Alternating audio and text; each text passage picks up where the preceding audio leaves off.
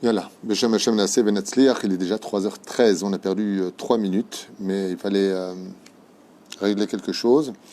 On est toujours donc au Shana Rabbah, le 9 du mois de octobre, nous sommes jeudi soir, Bezrat Hashem veille donc au Shana Rabbah, on est en plein jugement en ce moment pendant qu'on se parle. On a fait un shiur, Baruch Hashem, pendant 2h30 sur le dévoilement du Mashiach intérieur que nous avons tous autour de nous, en nous, pardon. Ce shiur qui suit, Bezrat Hashem, est pour l'élévation de l'âme de donc la Askara de la maman de Marilyn Halimi, Suzanne Myriam Bat Yasmina Zichron Evracha, qui tombe donc Shabbat, mais Shabbat on fait pas de cours, donc on le fait pour ce soir, et encore c'est même à la limite mieux de le faire pour ce soir. On pensera à tous les métés Israël. Vous pouvez tous et toutes, Bezrat Hashem, dédier ce shiur aussi pour l'élévation de l'âme de gens, de personnes aimées de votre famille. Bezrat Hashem. Ubichlalam, Shane bat Finja, Denise Simcha bat Lola, Tzipora bat Ziligman Levi, Yudas Sidney ben Eliou Sayad, Moshe ben Zari et beaucoup d'autres. Bezrat Hashem, on pensera aussi à la refouach lema de tous les malades d'Israël. Ubichlalam, Moratimi, que Dieu lui donne une bonne santé aussi. Sarah Talia, Batefrat Myriam, Yekara, Samuel, Salomon, Journo, Chaya, Esther Bat Rivka, Yanaï Ben Esther, Anaïs, Léa Bat Kati Esther, Arié Ben Mordechai, Yatia, Ayakar, Kol Echad Ve'echad, Bezrat Hashem Lital, Bat Devora, Shlomo Ben Mordechai et Daniel Ben Shlomo, Ufren Shmuel Ben Esther Gabay, Moshe Ben Esther, Bezrat Hashem, et tous les malades, le Rav Daniel,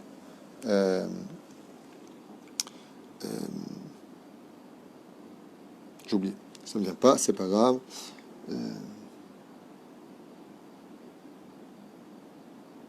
C'est fou. Je l'ai appelé tout à l'heure, j'ai envoyé un message et je ne retrouve pas. Oh, Abdelhak, voilà. Abdel Abdelhak, Bezrat Hashem, qui a écrit d'ailleurs un très beau poème qui venait de son cœur.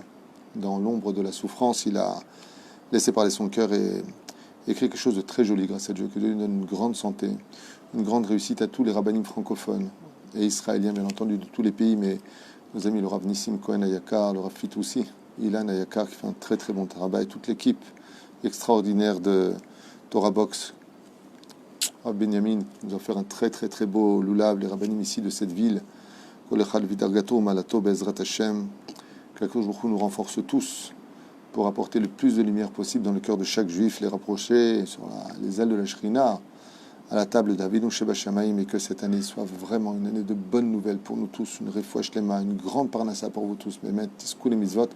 Avec votre permission, j'aimerais aussi dédier Mamash Mikol Alev pour cette soirée de Hoshana Rabbah.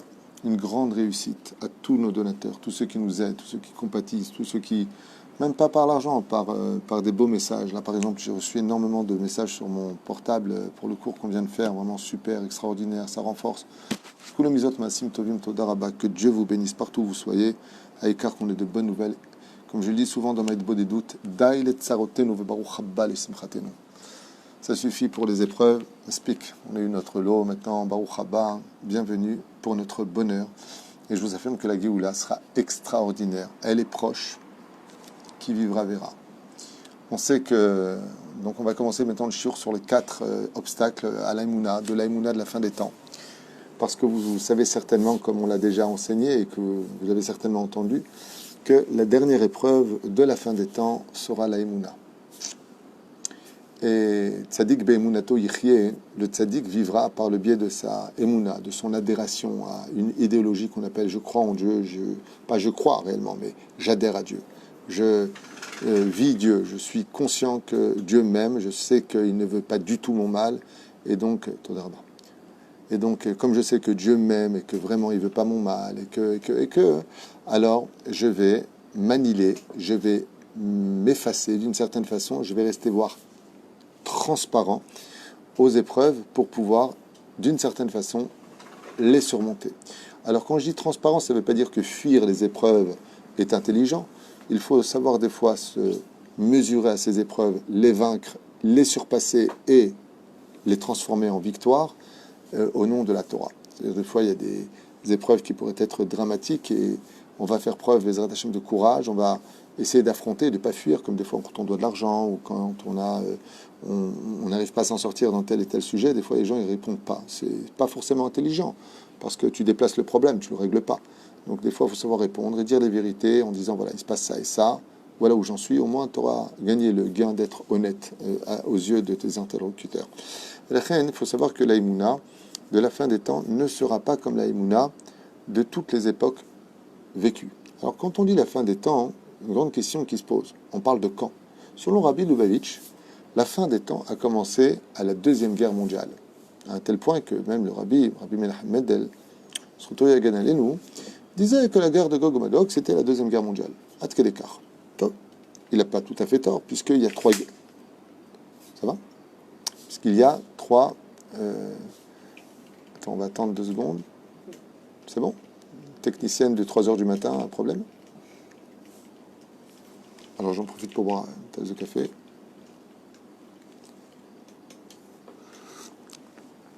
Attends, très bon. C'est bon?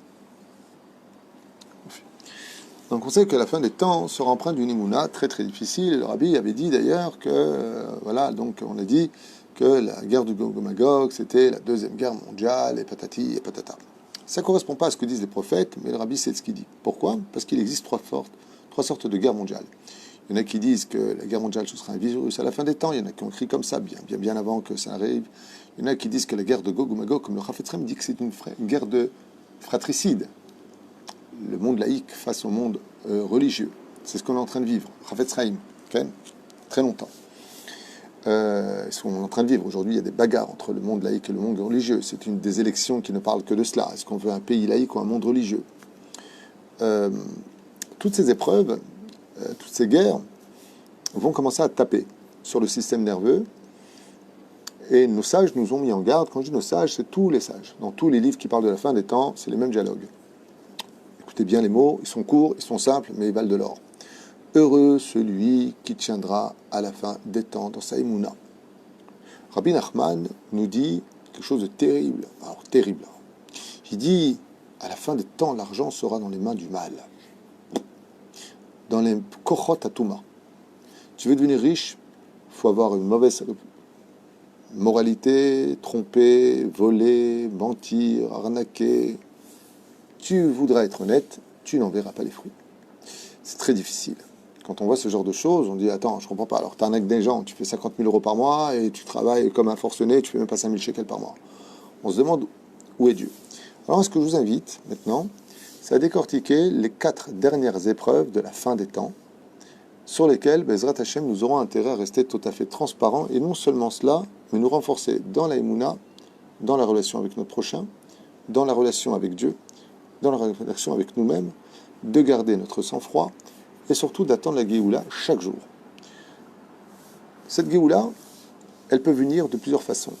Elle peut venir de façon très douce, à un moment où personne ne s'y attendra. Se lèvera un homme du peuple d'Israël, très investi de Torah et de Hachamaïm, bien entendu. C'est pas simplement, comme j'ai entendu certains rabbinim disaient, c'est un rôle à jouer. Non, c'est pas n'importe qui, Machar. C'est pas n'importe qui. C'est la plus grosse bêtise que j'ai entendue, c'est Machar, c'est n'importe qui. Le Mamashlo. C'est un homme du peuple, c'est sûr, mais c'est pas n'importe qui, et c'est pas un mec simple.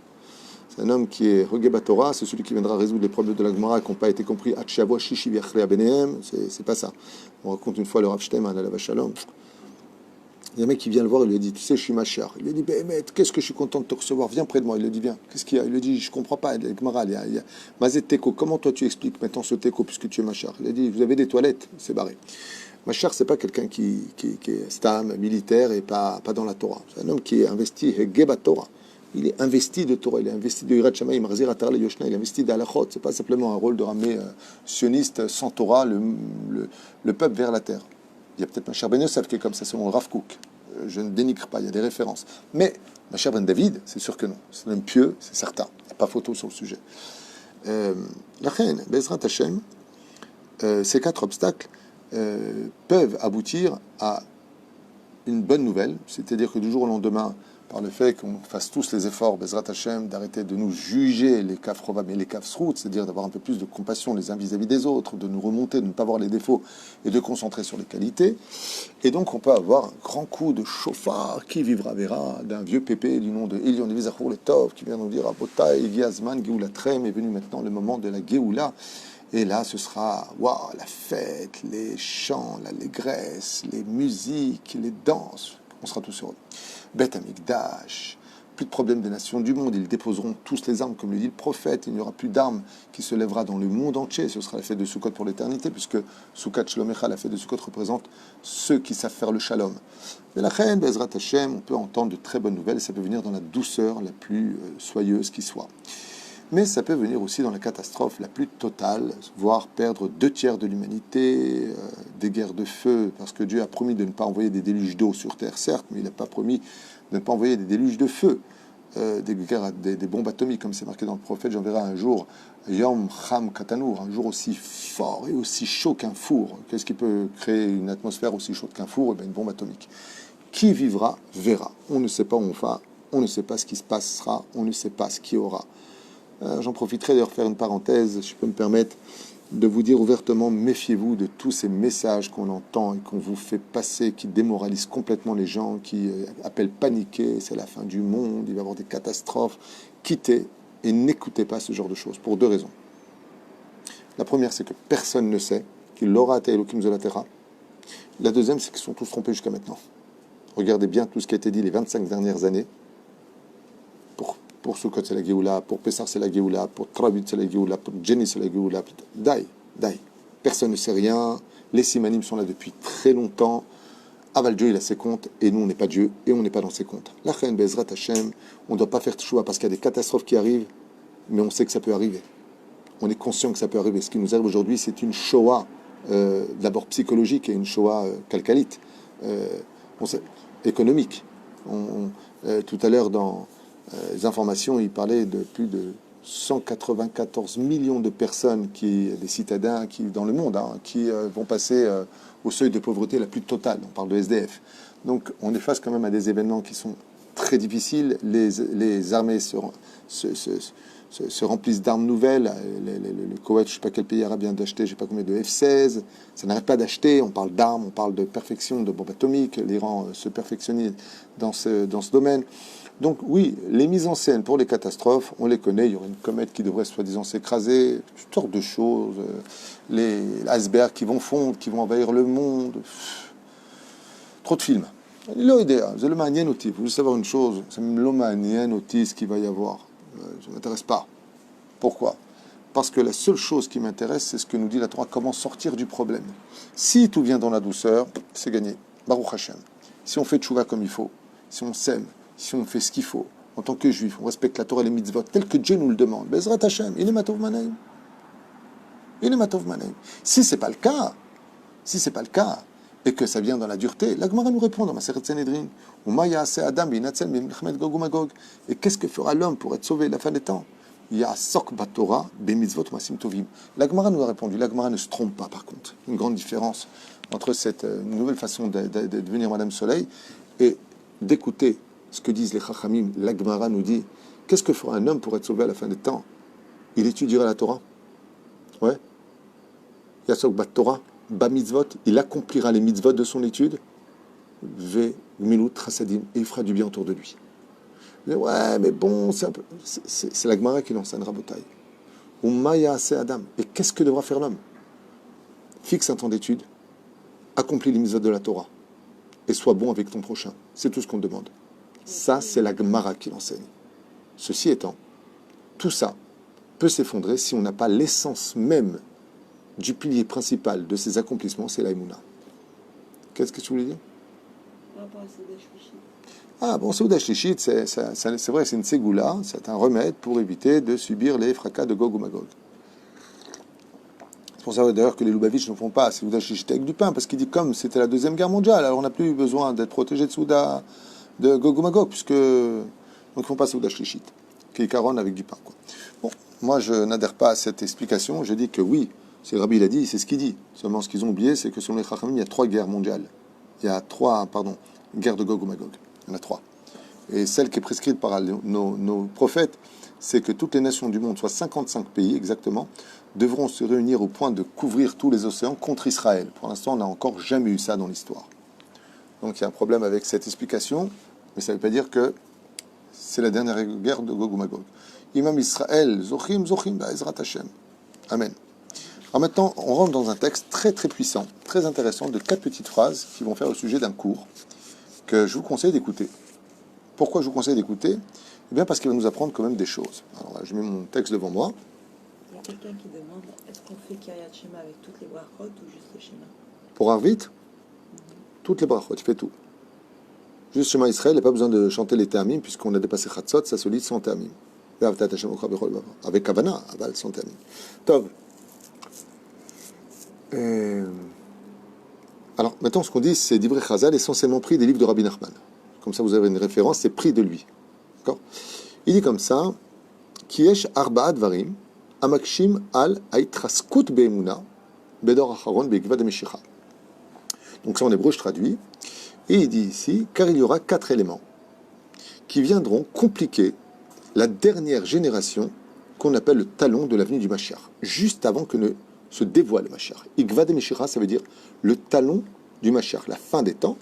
Mais ça veut dire que on voit le talon du Mashiach, il est là, il arrive, on n'entend ses pas. Il n'est pas encore visible. On le voit, mais on l'entend, mais on ne le voit pas. Tout le monde ressent au fond de lui aujourd'hui qu'on entend le Mashiach. Mais est-ce qu'on le voit? Il n'y a pas. C'est là. On parle exactement de cette période. Yoter Mikol Adorot à Kodmim, et depuis la création du peuple d'Israël jusqu'à ce moment-là précis, jamais les épreuves de la Emouna ne seront autant mis à l'épreuve qu'à la fin des temps. Alors, une fois de plus, de quelle période on parle? On parle de la période d'avant-guerre jusqu'à l'avenue du Mashiach. Et quels seront ces éléments? Milvad gormim nosafim ayidoim lachem itbarach ve'elouen. À part d'autres éléments, hormis ces 4 situations dans lesquelles nous allons être mis à la fin des temps, que Dieu seul sait. Et les voici. Donc c'est relié au Gilgulim, les réincarnations, toutes sortes de choses à payer, des choses inexplicables, la Torah qui sera totalement obscurcie, plein de choses. Aleph. Qu'est-ce qui se passera à la fin des temps qui sera capable de faire un croche-patte à notre Emouna au point de trouver une personne religieuse devenir totalement laïque? Ou des personnes qui garderont l'apparence religieuse mais qui n'auront plus rien vis-à-vis d'Hachem? Des gens qui étudieront même dans les yeshivot et qui ne croiront même plus en Dieu. Voilà de quoi est-ce qu'on parle. Celui qui sera capable, nous disent des sages, de rester transparent, je vous donne les solutions, de ne pas prendre à cœur, de s'attacher à la Torah et au mitzvot, comme un homme qui s'attache à une bouée en plein océan, par idéologie, par amour pour Dieu, et qui a confiance au message de la Torah, vivra la Géoula dans toute sa splendeur. Heureux celui chez Echos Be'emunato Be'acharit Hayamim. Heureux sera celui qui tiendra sa Emouna de toutes ses forces à la fin des temps et ne tombera pas. Petit A. Ça va? On est un instant, on est en train d'arranger. Ok. Azman ou Zman Idgalut Sharanun Mishare Tuma. Première chose, c'est que aucunement dans l'histoire de l'humanité, on atteindra le 50e palier d'impureté. Le Shar Hanoun, c'est-à-dire le 50e palier d'impureté. 50e. C'est-à-dire le summum de la Touma sera totalement présent à la fin des temps. Sheu Sha'ar Akfira. Et cette impureté sera si grande que les renégats de la Torah et les apikorsim seront présents sur terre aussi flagrants que le ciel est au-dessus de la terre. C'est exactement ce que l'on vit. Les médias, les journaux, les discussions, les regards dans notre propre peuple seront mêlés des impuretés si grandes, si importantes, que notre émouna en sera totalement effondré. Totalement effondré. comme jamais on l'a vu dans l'histoire. Quand tu lis les biographies de nos sages d'avant-guerre, que tu vois que quand, par exemple, dans une ville, le rabbin de la ville, comme une fois ça s'est passé avec Rabbi Israël Miradin, le Chafetz Chaim, qui avait envoyé un message à un juif parce qu'il avait ouvert sa boutique le Shabbat. Un juif. Combien le juif avait pleuré. Combien le juif avait pleuré. Il avait fermé sa boutique parce que le Chafetz Chaim s'est mis à pleurer. Il lui a dit, hey, juif, t'as mechalel Shabbat. Il s'est mis à pleurer. Il lui a dit, Vodarav, j'ai fait une bêtise. Il a fermé sa boutique. Aujourd'hui, on se bat pour que les canyonim restent ouverts le Shabbat, pour qu'il y ait des bus qui roulent le Shabbat, pour que les avions atterrissent le Shabbat. Jamais on n'aura connu une telle kfira, un manque de respect vis-à-vis de la Torah et des lois, à un tel degré que ça va engendrer une deuxième impureté. Vous allez voir qu'en réalité, ils sont tous reliés l'un à l'autre. C'est incroyable.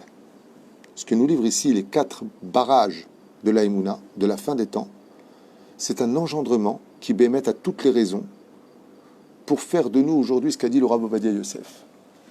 Maran Rav Ovadia Yosef Zatzal a dit, sachez une chose, comme ça, Maran Rav Ovadia Yosef, il a dit très simplement, celui qui sera religieux à la fin des temps, pratiquant, le mot religieux c'est pas ce que je veux dire, mais qui restera attaché à la Torah et les mitzvot de la Torah, Ken, il sera plus grand que les Tanaïm, plus grand que Rabbi Akiva. Parce que la kfirout qu'on connaîtra aujourd'hui, avant la kfirout, elle venait de qui? La kfirout, ça veut dire le combat contre la Torah, le fait de dire que la Torah c'est faux, que les prophètes c'est faux, que l'assimilation, elle venait des goïms. Mais nous, entre juifs, on avait quelques renégats, mais pas comme ça. À la fin des temps, il y aura un combat où tout ce qui touche à l'information, tout ce qui touche au mensonge sera au summum de la connaissance. En d'autres termes, comme dit la Gemara dans Sota, la vérité disparaîtrait, seul le mensonge sera sur terre. Et c'est dans cette ambiance qu'on devra éduquer nos enfants dans l'aïmouna de Dieu. Je ne sais pas si vous comprenez les mots. On aura atteint le 50e palier d'impureté. Là, vous allez me poser une question. Laquelle? Si quand on était en Égypte, on a atteint le 49e degré d'impureté, et que là-bas, c'est marqué qu'on a dû sortir précipitamment, car si on était arrivé au 50e, on n'aurait plus jamais pu sortir d'Égypte. Ça veut dire que selon ce qui est marqué ici, on nous confirme que la fin des temps était beaucoup plus impure que toute la sortie d'Égypte. Puisque là-bas, on n'a atteint que le 49e, tandis qu'ici, on est déjà dans le 50e palier. Alors comment on pourra s'en sortir? Mashlou Machal et Madavardomé. Une très belle image qui est donnée pour ça. Il dit, il s'est passé 2 histoires avec les mêmes éléments. Un jour, 2 hommes marchaient dans une espèce de forêt. Et puis, un des 2 hommes est tombé dans le sable mouvant. Alors il lui a dit, ne bouge surtout pas. Parce que tu es en train de t'enfoncer et j'ai peur de te perdre de vue. Et si je te perds de vue, je ne pourrai plus jamais te récupérer. Alors cette personne a essayé désespérément de lever les mains doucement pour montrer là où il se trouve. Et l'autre cherchait une espèce de branche pour lui tendre et le sortir des sables mouvants. À un moment, il ne restait plus qu'un doigt dehors. Alors il n'a pas eu le choix que de frapper très fort au niveau de sa main pour le rattraper avant qu'il ne disparaisse étouffé dans les sables mouvants. Et il a pu le sortir. C'était la sortie d'Égypte. Le deuxième cas,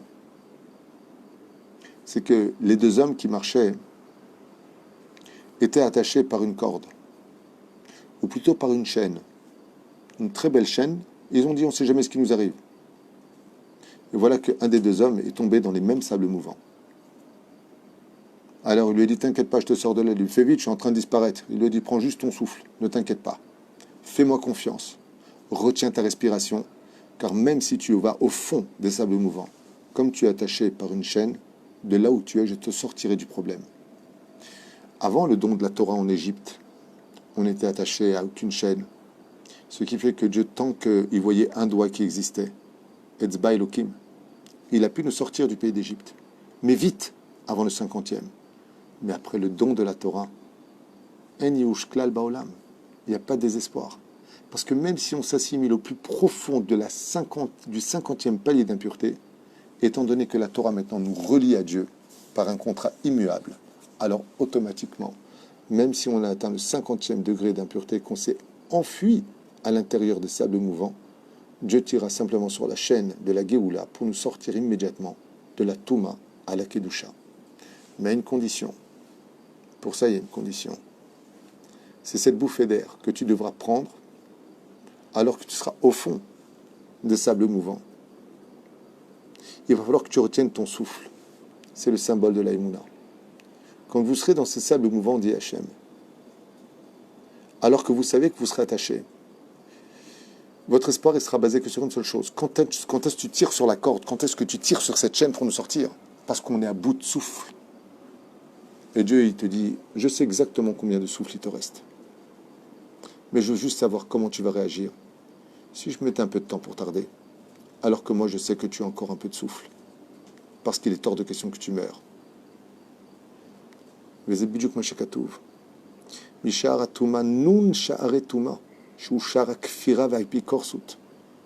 gens viendront lutter contre la Torah. De partout viendront des gens de la télévision, de tous les réseaux sociaux, vous parlez de toutes les autres religions, insultant le judaïsme, voulant vous faire croire que les autres religions sont le symbole de la vérité, comme ceux qui sont ici. Qu'on appelle ça, ceux qui vont de ville en ville, les missionnaires. Hein? Il y a un truc sur Facebook, sur YouTube qui marche comme ça, là. Quand est-ce que viendra Mashiach?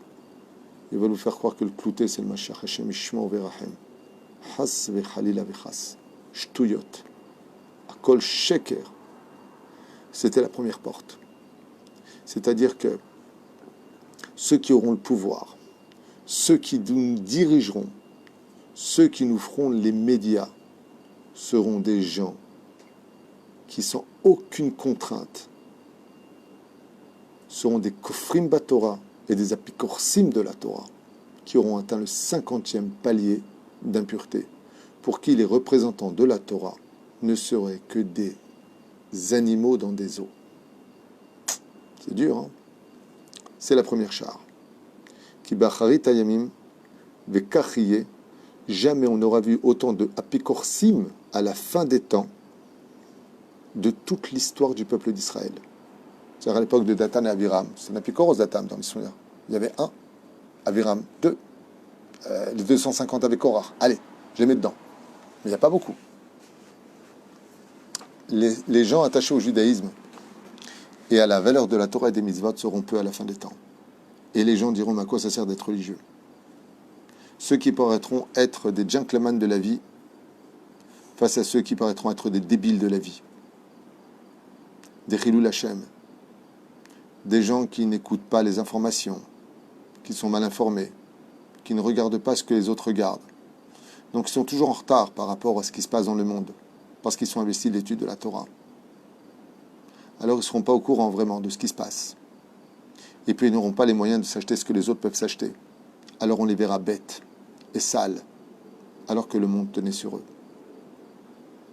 Il y a même des gens qui se feront passer pour des rabbins qui les traiteront d'imbéciles, d'hommes préhistoriques, des gens qui représentent la Torah, enfin qui disent représenter la Torah. Comme une fois, on m'a posé la question pourquoi j'ai quitté un rave. J'étais avec un rave il y a très très longtemps. Très très très longtemps. Il m'a posé la question comment se fait-il que j'ai quitté ce rave? J'ai répondu c'est très simple. Je ne peux pas fréquenter un rave qui ne trouve que du mérite aux chilonim, aux gens profanes et que des accusations au monde de la Torah. Fuyez ces gens-là comme la peste. Je vous le dis, si vous tombez sur des pseudo-rabbanim qui ne trouvent que du mérite pour les gens qui sont Mehalel Shabbat, qui sont pas dans la Torah et les mitzvot, et qui trouvent que des accusations pour ceux qui sont dans la Torah, vous les amenez dans les toilettes, juste tirez la chasse. Si vous trouvez par contre des gens qui trouvent du mérite à ceux qui ne sont pas dans la Torah, et du mérite pour ceux qui sont dans la Torah, restez avec eux. Ce sont de bons rabbanim. Les autres, c'est des trafiquants de drogue, trafiquants de traluites d'études, qui instaurent la haine du monde religieux. C'est Korah des temps modernes, ou Fomessi des temps modernes, je ne vais même pas perdre de temps avec eux.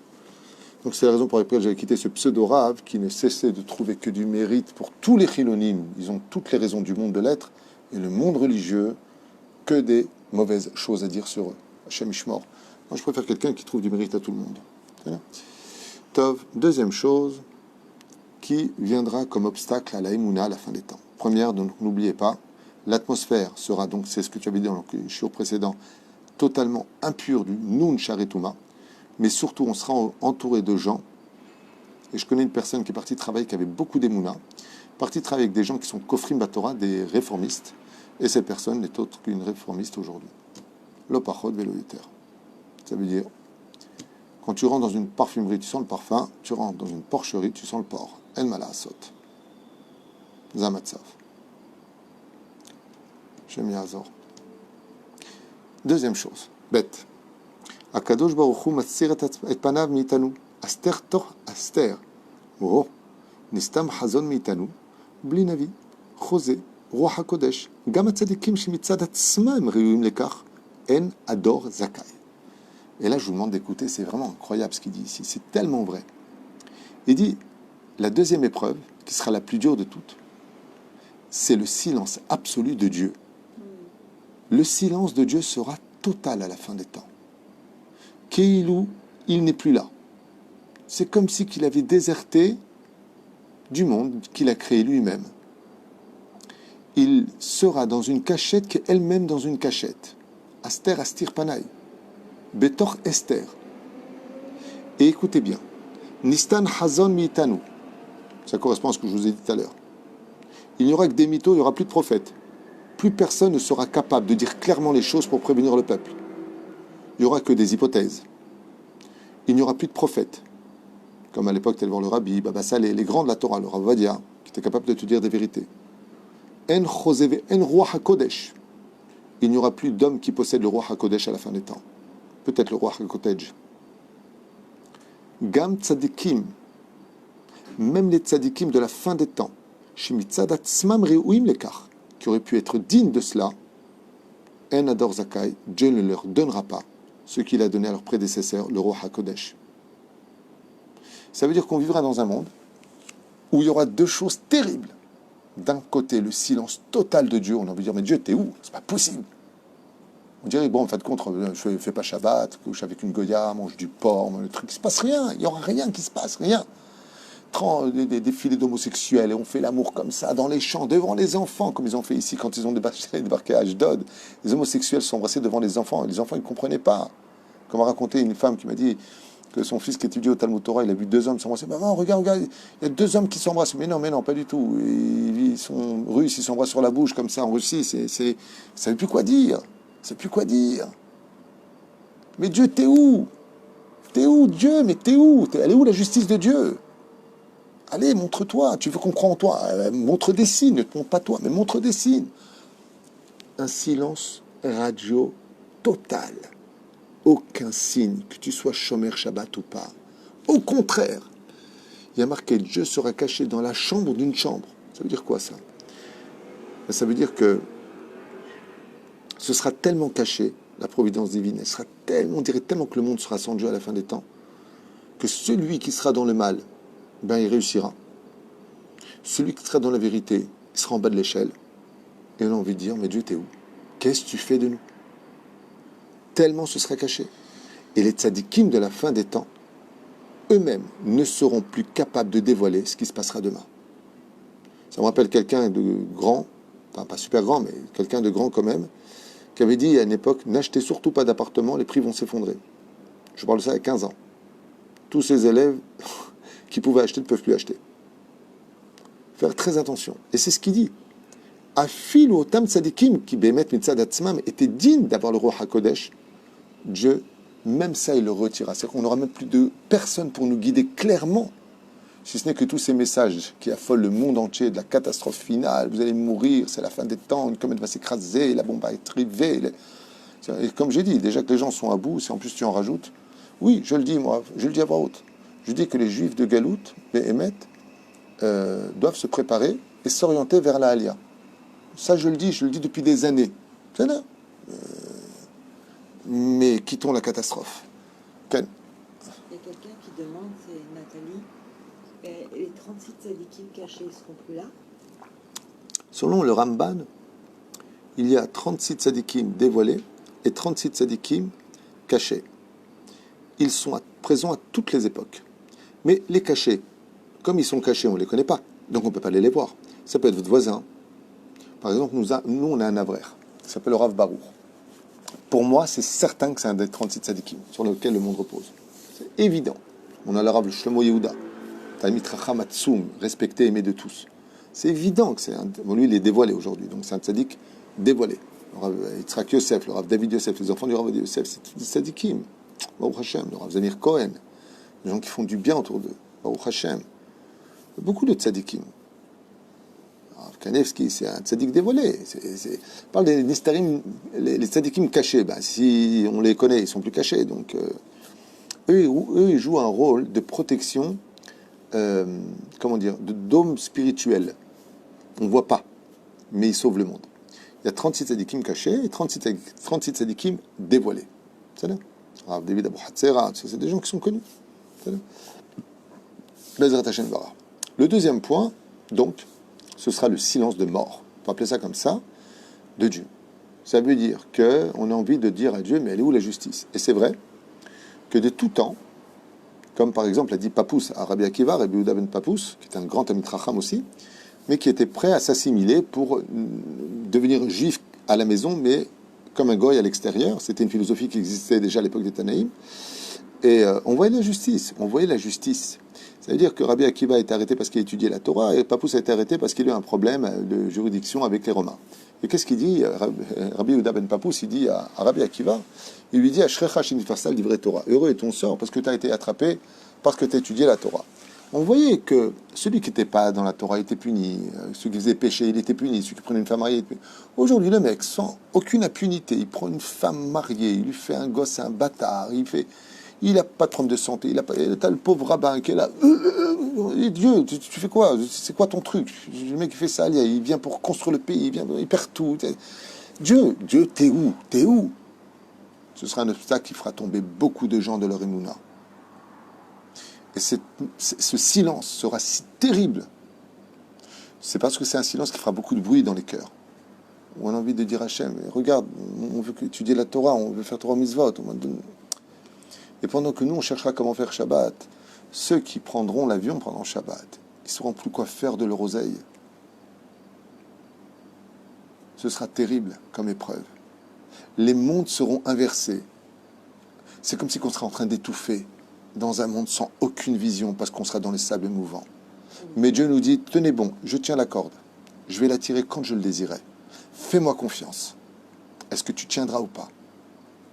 Zéchéla. 2 obstacles de poids énormes. Petit 1, je rappelle, on atteindra le 50e palier d'impureté sur Terre.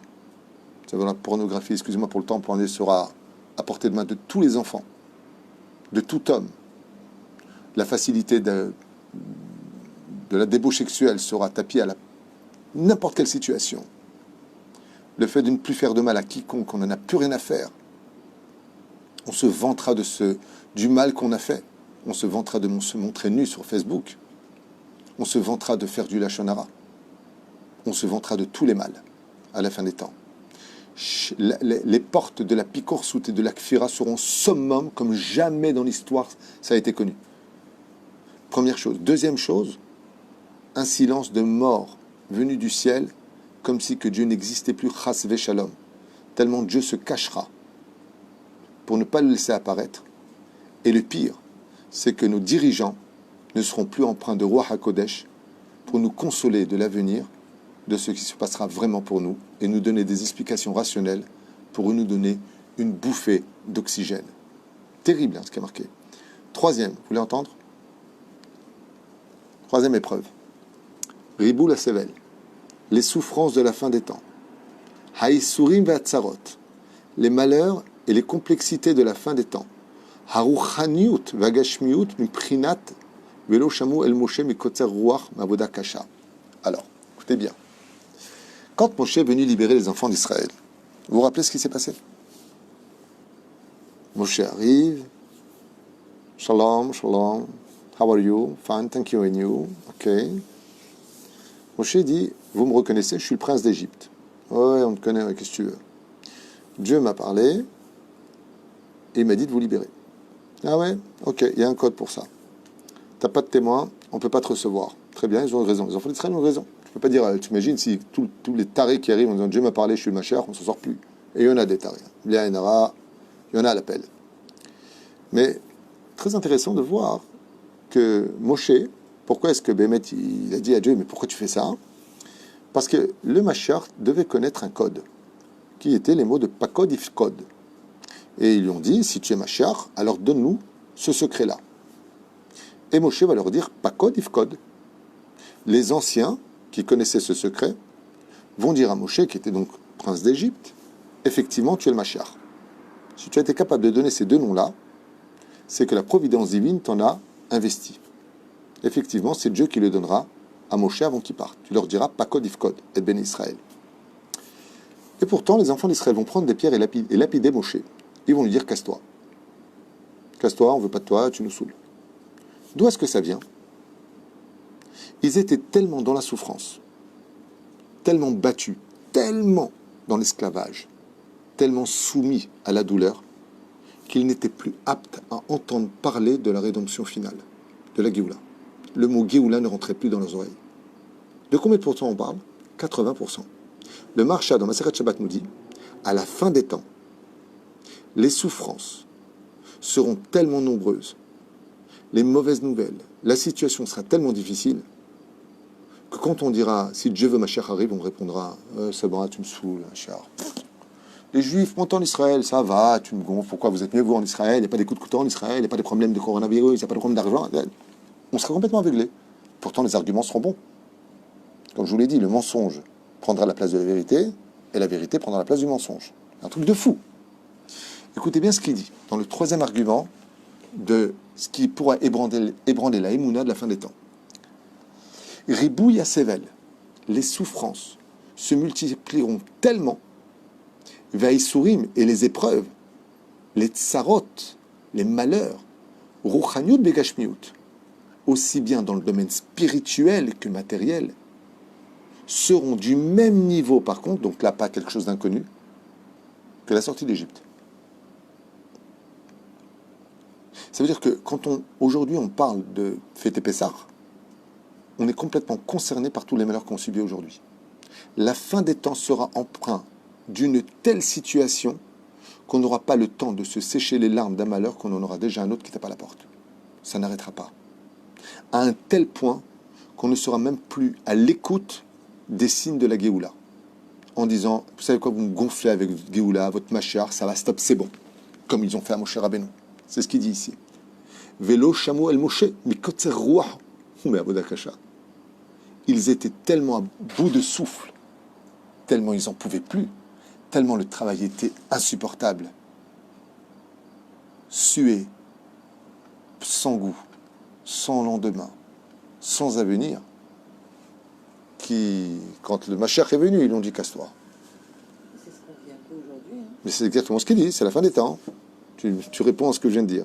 Il dit c'est ce qui se passera à la fin des temps. On arrivera au même stade psychologique que les Hébreux en Égypte il y a 2350 ans à peu près. 2333 ans, un truc comme ça, peu importe. 3333 ans. On sera dans la même situation. Dans un rouage de tellement de métro, boulot, dodo, qu'aujourd'hui la seule chose qui compte c'est quoi? Donne-moi un loto, égare ta Géoula. Donne-moi de l'oseille, je m'arrange, je m'en fous, c'est bon. C'est bon Hachem, t'as trop tardé. T'es pas là, il y a que les mecs qui sont dans la touma qui réussissent, c'est gonflant, ça allait. La Emouna c'est bien beau, mais ça fait pas manger son âme. Voilà ce que diront les hommes. Ouais, j'ai le kissouille, à quoi ça me sert? J'ai les cheveux qui tombent, mon mari m'a laissé tomber pour une plus jeune. Je mets les tchilines, à quoi ça me sert? Je n'ai pas de boulot. Dieu, il n'est pas avec moi. Quand Moshe est venu les dire, vous allez sortir, oui, on va où? On va dans le désert. C'est bon, laisse-moi dans la ville, on va me faire galérer toi aussi. Ça veut dire que les enfants d'Israël arriveront à un tel degré de klakt. On dit en tunisien, klakt, ça ne se traduit pas, c'est simplement klakt, dit. À un tel niveau de claque, tellement stop, que même les promesses de la réjouissance n'auront plus d'effet dans les oreilles. Ça veut dire que les promesses de la Géoula n'auront plus leur effet dans les oreilles. Elles ne rentreront plus dans les oreilles.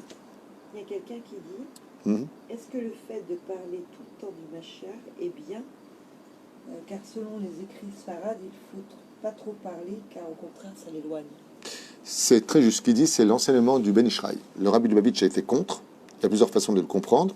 La Gemara le dit, dans Sanhedrin, En ben David ba et la Bessiar da'at, à la page, je crois, 98, il y a marqué là-bas, Mashiach viendra quand on l'attendra pas. Le Ben Ishraï dit exactement ce qu'il dit. Je ne sais pas qui c'est qui dit ça, mais il dit Damiela. Alors, Shalom Bracha. Le Ben Ishraï dit que moins on parlera de lui, et plus ça lui permettra de se dévoiler. Aval Zelo Nachon. Ça veut dire quoi Zelo Nachon? Si le Ben Ishraï dit, surtout avec nous, Ben Ishraï pour moi c'est mon maître, c'est ma vie, c'est un de mes pères spirituels. Le rabbi, il a dit exactement le contraire. We want Mashiach. Non, il faut demander Mashiach. Et tous les rabbinim demandent Mashiach. Le Rambam lui-même se base sur cette dimension de demander tous les jours le Mashiach. Tous les jours, dans les 13 attributs, on parle du Mashiach qu'on attend chaque jour. Donc il faut le demander. Mais alors ça veut dire quoi dans ce cas-là, Bessirdat? Et en réalité, il n'y a pas de mahlouket. Ce que dit le rabbi a dit exactement le Ben Ishraï. Seulement, comment ils le disent? Bessirdat, ça veut dire que nous avons la misère d'attendre le Mashiach chaque seconde, pas chaque journée. À chaque moment.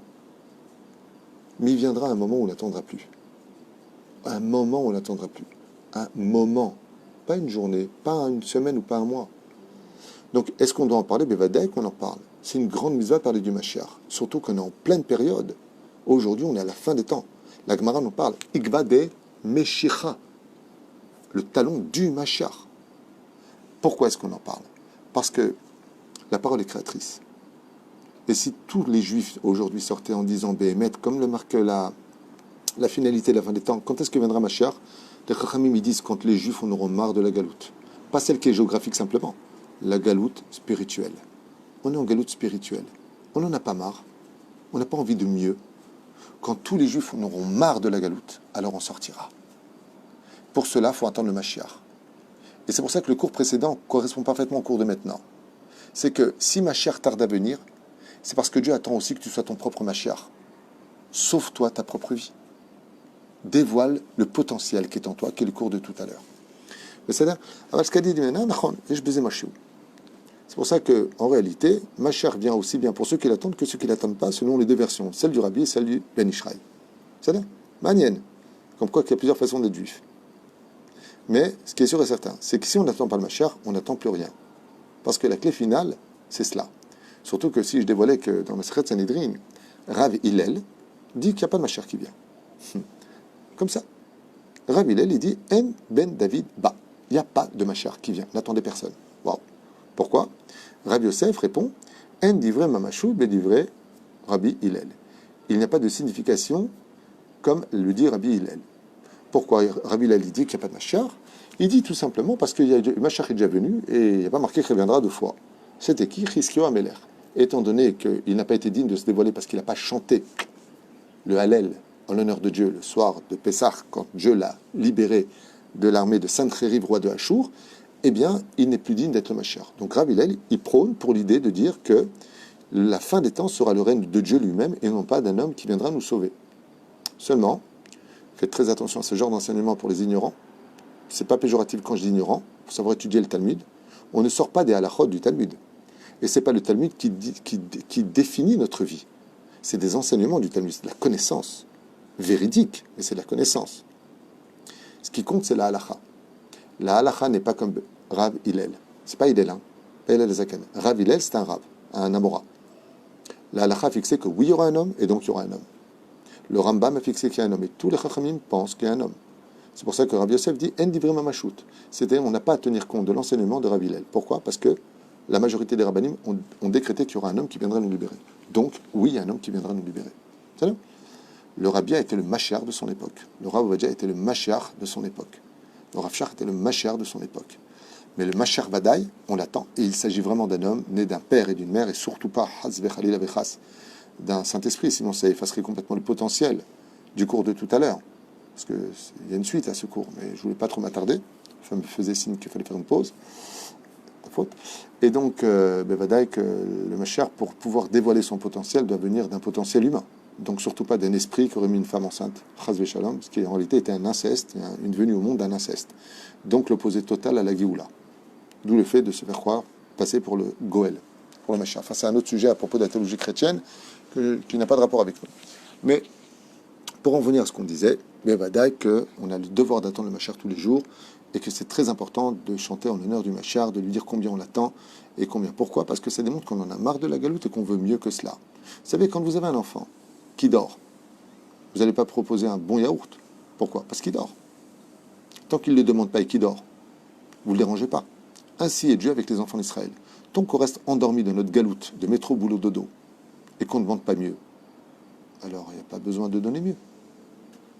Mais le jour où on en aura marre, et qu'on dira à Dieu, Zéou, Bémet Dieu, on a besoin de toi maintenant, mais qu'on va agir en conséquence. Pas simplement le dire. Comme c'est marqué, il y a des moments dans la vie où la prière ne suffit pas. Il faut agir. Comme il est marqué, Matitza Kelai, Daber el Ben Israël Veisaou. Qu'est-ce que tu cries vers moi? Parle aux enfants d'Israël et qu'ils avancent. Et pourquoi qu'ils avancent? Parce que si on ne mérite pas la Géoula, les prières ne suffiront pas. Il va falloir qu'on agisse. Mais agir, ça veut dire quoi? J'entends des gens qui disent « faut bouger, il faut bouger ». Il faut bouger quoi? Comme la voiture qu'on a achetée pour les enfants qui fait « je vais en avant, je vais en arrière ». C'est quoi? Agir. Ça veut dire quoi? Agir. Agir, ça veut dire vraiment faire en sorte que la Géoula avance. Rapporter le plus de juifs encore à Torah Mitzvot. Demander à Kadosh Baruch Hu dans les Bodédouk Bémet vienne le Mashiach. Construire ce pays comme il le faut, faciliter comme on est en train de le faire avec ce binyan qu'on va construire au mois de mars, si Dieu veut qu'on commence les travaux le plus vite possible. La possibilité d'être un tremplin pour l'Alia, ça veut dire c'est bien beau de dire aux gens monter, mais il faut les aider à monter. Où est-ce qu'ils vont travailler? Où est-ce qu'on peut les orienter? Comment on peut les diriger? C'est ça, agir. Agir, c'est de mettre en application notre potentiel par des gestes, par des actions. C'est ça, agir. Mais d'agir en disant « ouais, les mecs, faut bouger. Ouais, on fait quoi? On brasse de l'air? C'est quoi ton truc ?» C'est facile de parler. Donne le mot d'emploi de agir. Ça veut dire quoi? Agir. C'est-à-dire, mais la reine Bezrat Hashem, dans la fin des temps, c'est pour ça que Dieu d'ailleurs nous a donné un pays sur lequel on doit constamment agir. Parce que c'est une mitzvah d'agir. Les mitzvot appartiennent au monde de la asiya, le monde de l'action. Donc on agit. Donc troisième point, eh bien on sera tellement enseveli de difficultés à la fin des temps, d'épreuves à la fin des temps, de tsarot, c'est marqué noir sur blanc, de tsarot, c'est de malheur, aussi bien dans le domaine spirituel que matériel, qu'on se demandera vraiment où est Dieu. Il y a une pandémie qui arrive, voilà, où est le mérite de la Torah qui protège nos rabbins. Il y a plein de rabbins qui sont décédés, on a envie de dire, mais punaise, Hachem, quoi, la Torah, la Torah ne nous protège pas, elle ne nous sauve pas. Ouais, et il dit, ça fait partie de l'épreuve. On sera dans un monde où, même si on peut tenir avec l'Aïmouna, c'est la troisième obstacle à l'Aïmouna de la fin des temps, même si on arrive à tenir les deux premières, c'est-à-dire on ne fait pas attention à la Touma qui est autour de nous, on se protège, on ne fait pas attention à toute cette Kfirut Batora, à tous cette réforme de la Torah, cette haine du monde religieux, il a réussi cette épreuve. La deuxième, ok, très bien, il a réussi cette épreuve. Dieu ne se démontre pas, on ne ressent pas nos prières, il n'y a plus de rabbinim qui est capable de nous dévoiler comme Baba Saleh, comme le Rabbi Lubavitch et tous ces grands Torah qui à l'époque Rabbi Moshe Deri était capable de nous dire des choses à la vente, il n'y a plus rien, tout ça, ok. Troisième, un coup de massue sur la tête, tellement d'épreuves, tellement tout que clact. C'est quoi? Ben quoi? Je vais aller au Guinam, et ben je vais aller au Guinam, ok? En attendant, je vais sortir avec elle, je m'éclate avec l'autre, je vais faire des bêtises, j'en ai ras-le-bol. Pourquoi? Pas parce que vivre un malheur, si c'est pour le vivre à ce point-là, eh bien je vais me donner des plaisirs momentanés. Et là, il faudrait une émouna de feu pour tenir cette épreuve. Une émouna de feu pour tenir cette épreuve. D'ailleurs, une personne que j'aimerais féliciter, qui vient à Natania et qui m'écoute, puisqu'il m'a envoyé un message tout à l'heure en me disant « j'attends 3h10 pour le prochain shiur ». J'ai trouvé que son acte était héroïque. C'est une personne extraordinaire que j'ai eu le mérite de connaître et qui a eu la possibilité de gagner de l'argent très facilement. Dans notre génération, gagner de l'argent très très facilement démontre aussi un peu un côté tordu de gagner peut-être cet argent. Et il a eu récemment l'opportunité de pouvoir s'enrichir grandement. Mais il y aurait encore des problèmes ilchatiques à cet argent. Et il a totalement refusé d'y participer. C'était la plus grande preuve d'émouna qu'il pouvait donner à Dieu dans cette épreuve. Parce que refuser autant d'argent, aussi facilement, sans prendre aucun risque, comportant des problèmes ilchatiques, dans une génération où sans argent tu n'es rien, surtout aujourd'hui, et que la pauvreté fait peur, surtout quand tu es engagé dans des dettes, surtout quand tu as des loyers à payer et des enfants à nourrir, il faut avoir vraiment une émouna inconditionnelle. Et j'aimerais lui dire, Maman, cher corps, pour ce que tu as dit, pour ce que tu as fait, et je prie le ciel que Dieu te rembourse au centuple ce que tu aurais dû prendre dans l'honnêteté Be'ezrat Hashem.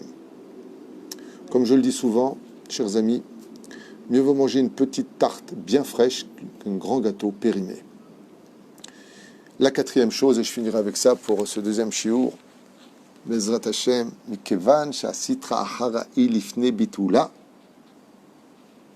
Mitametzet Leilachem Bemlo Otzma Veakoach. Étant donné, nous dit ici, au nom de Rabbi Nachman. Alors je ne connais pas les livres ici, il ramène tout au nom de Rabbi Nachman. C'est-à-dire, il dit ici, étant donné que toutes les forces du mal vont s'éteindre définitivement, les Krata-Géoula, à l'image d'une bougie qui, avant de s'éteindre, la flamme, juste avant de s'éteindre, qu'est-ce qu'elle fait? Elle monte, elle grandit au maximum de ce qu'elle pourra. Les forces du mal, à la fin des temps, vont grandir dans le monde comme jamais elles n'ont existé, ni à Sodome et Gomorrhe, ni à l'époque du déluge, ni à l'époque du Dora Plaga. La Sitra Achara sera son summum, car elle sera vouée à s'éteindre pour l'éternité, et cela n'appartiendra qu'à la dernière génération sur laquelle nous devrons tenir une émouna, étouffée par ces 4 éléments, qui sont, et je clôture avec ça, je le répète encore, parce que c'est exactement ce qu'on vit, c'est le journal télévisé, on ne peut pas être plus fort que ça. On donnera après, Bezrat Hashem, un petit sikou, mais on répondra à vos questions si vous en avez. Petit 1, on atteindra le 50e palier d'impureté, où tout sera permis. Il n'y aura plus de limite à rien.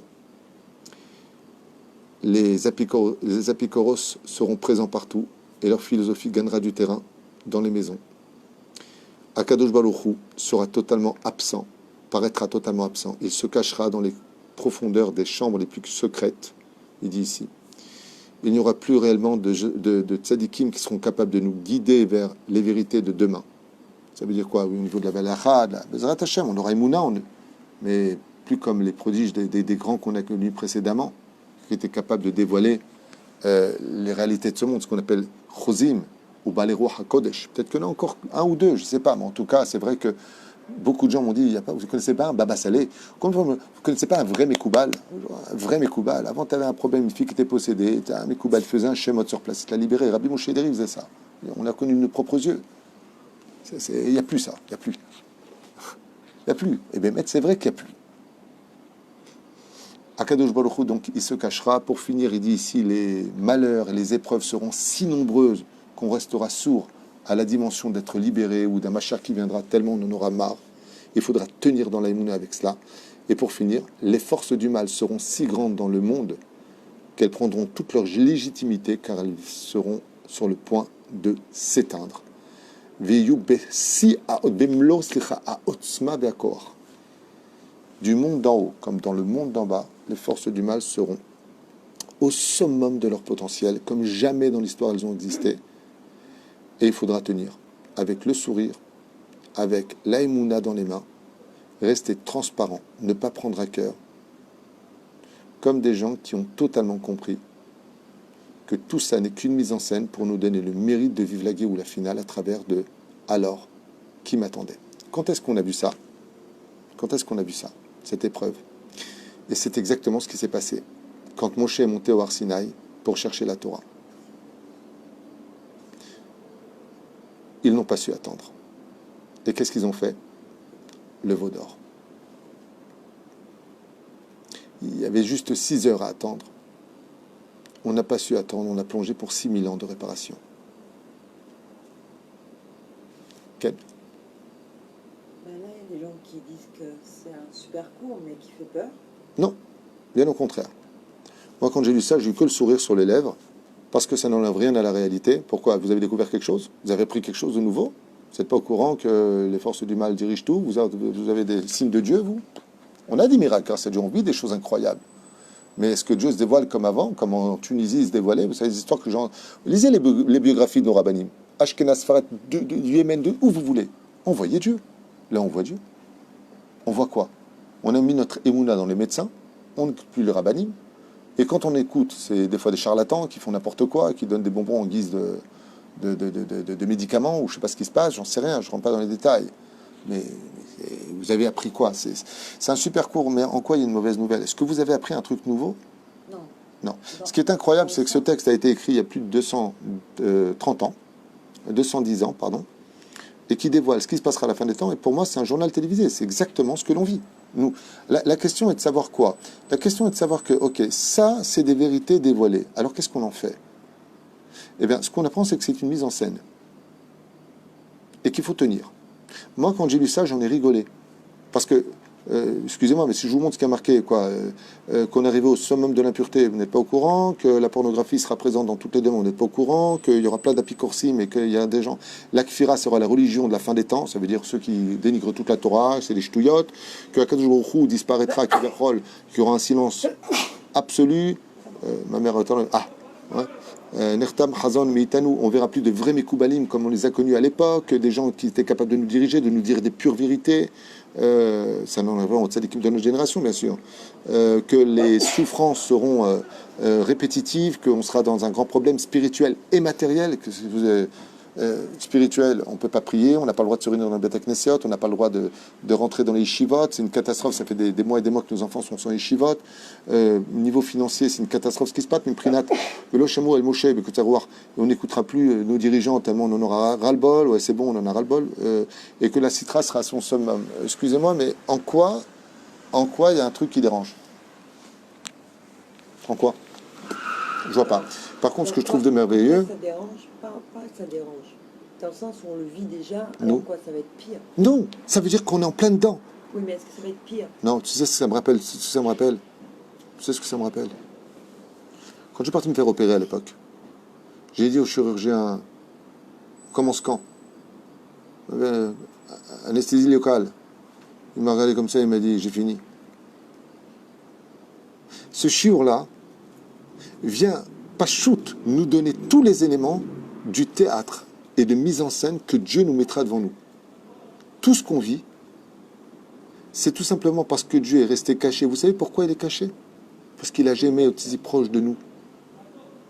Quand quelqu'un est proche de toi à un tel degré, étant donné que, comme le dit dans Kohelet, Dieu est dans le ciel et il nous regarde sur terre, mais quand Dieu sera sur terre pour dévoiler la Géoula finale, on ne le verra plus. C'est en réalité quand on dit que Dieu se cache, c'est pas qu'il se cache, c'est qu'il est on ne peut plus présent. Et il y a un très très beau message qui a été lancé. Ici, on est face à quoi? Un examen. Oui. Est-ce que c'est logique dans ce cas-là que quand il y a un examen, on est un peu angoissé? Oui. Est-ce que le professeur parle pendant l'examen? Non. Il est là ou pas? Il surveille. Mais est-ce qu'il est là ou pas? Oui. Donc vous voyez, quand on est en plein examen, on n'entend pas le professeur. Il regarde ce que l'on fait. On a l'impression qu'il est absent. On ne peut pas se parler les uns des autres. D'accord? On est dans une angoisse à savoir ce qu'on va réussir au passage de notre examen. C'est exactement là où on est. Seulement, il y a un chauffard qui arrive. Et ce chauffard nous annoncera Bezrat Hashem la fin des temps.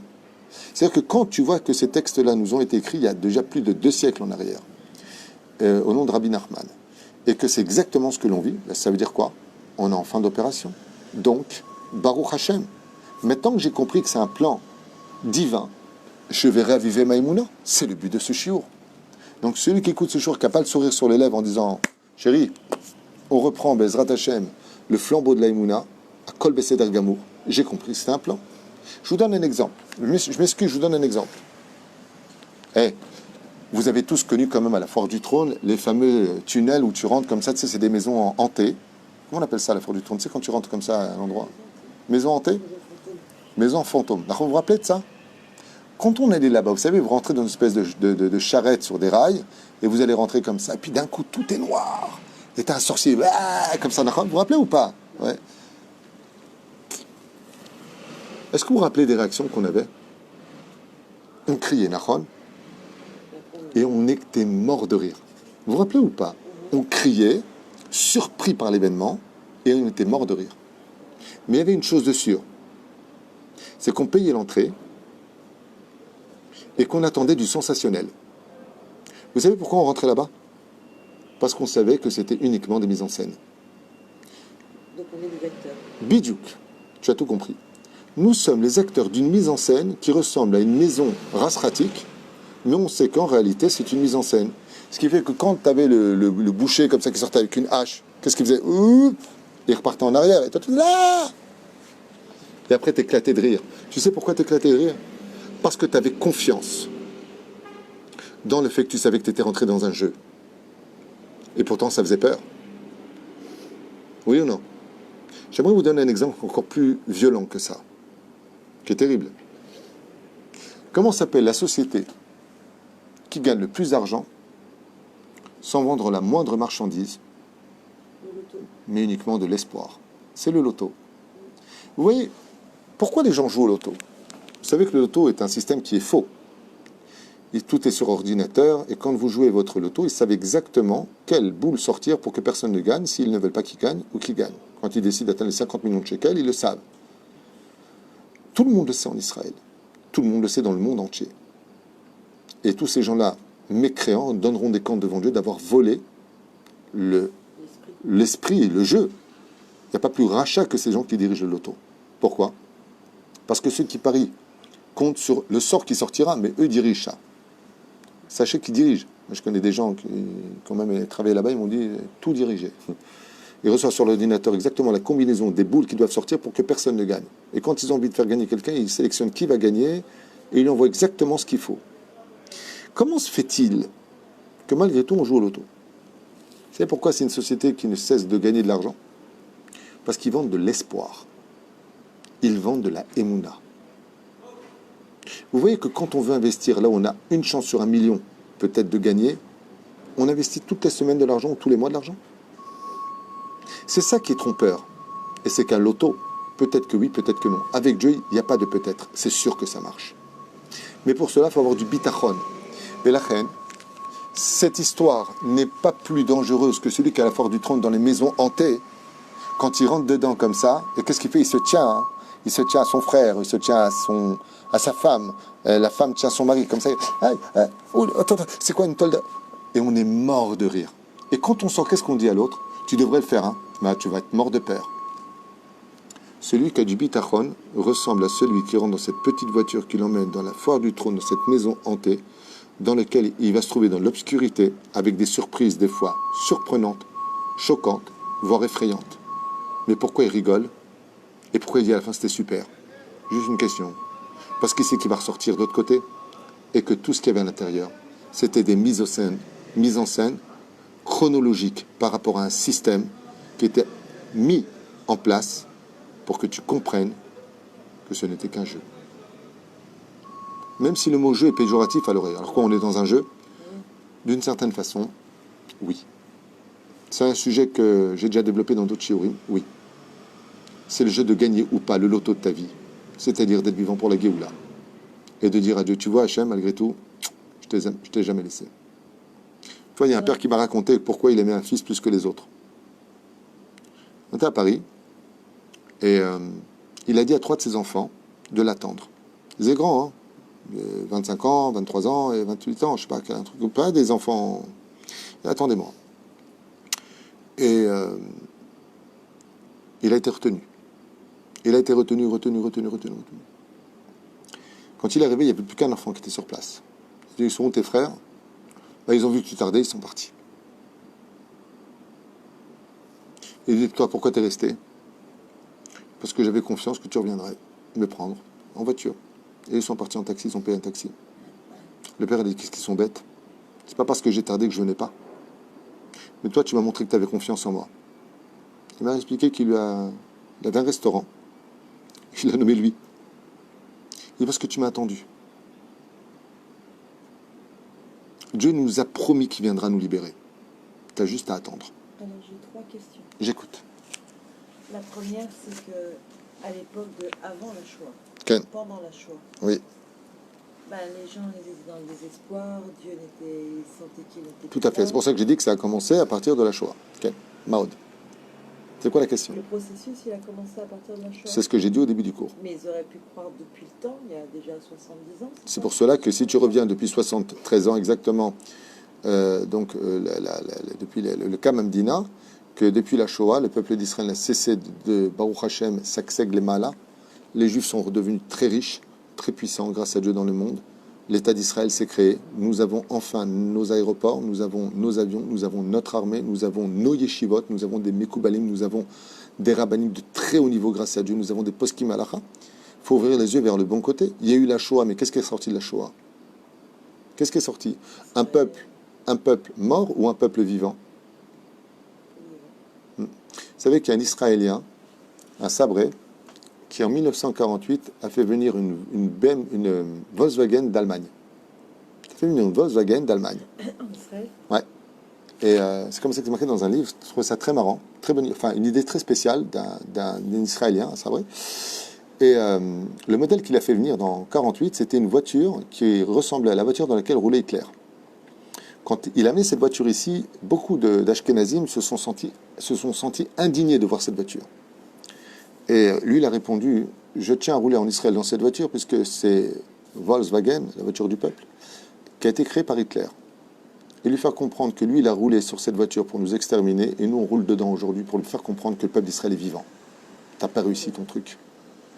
Tu as blessé une partie du peuple, tu as assassiné une autre partie du peuple.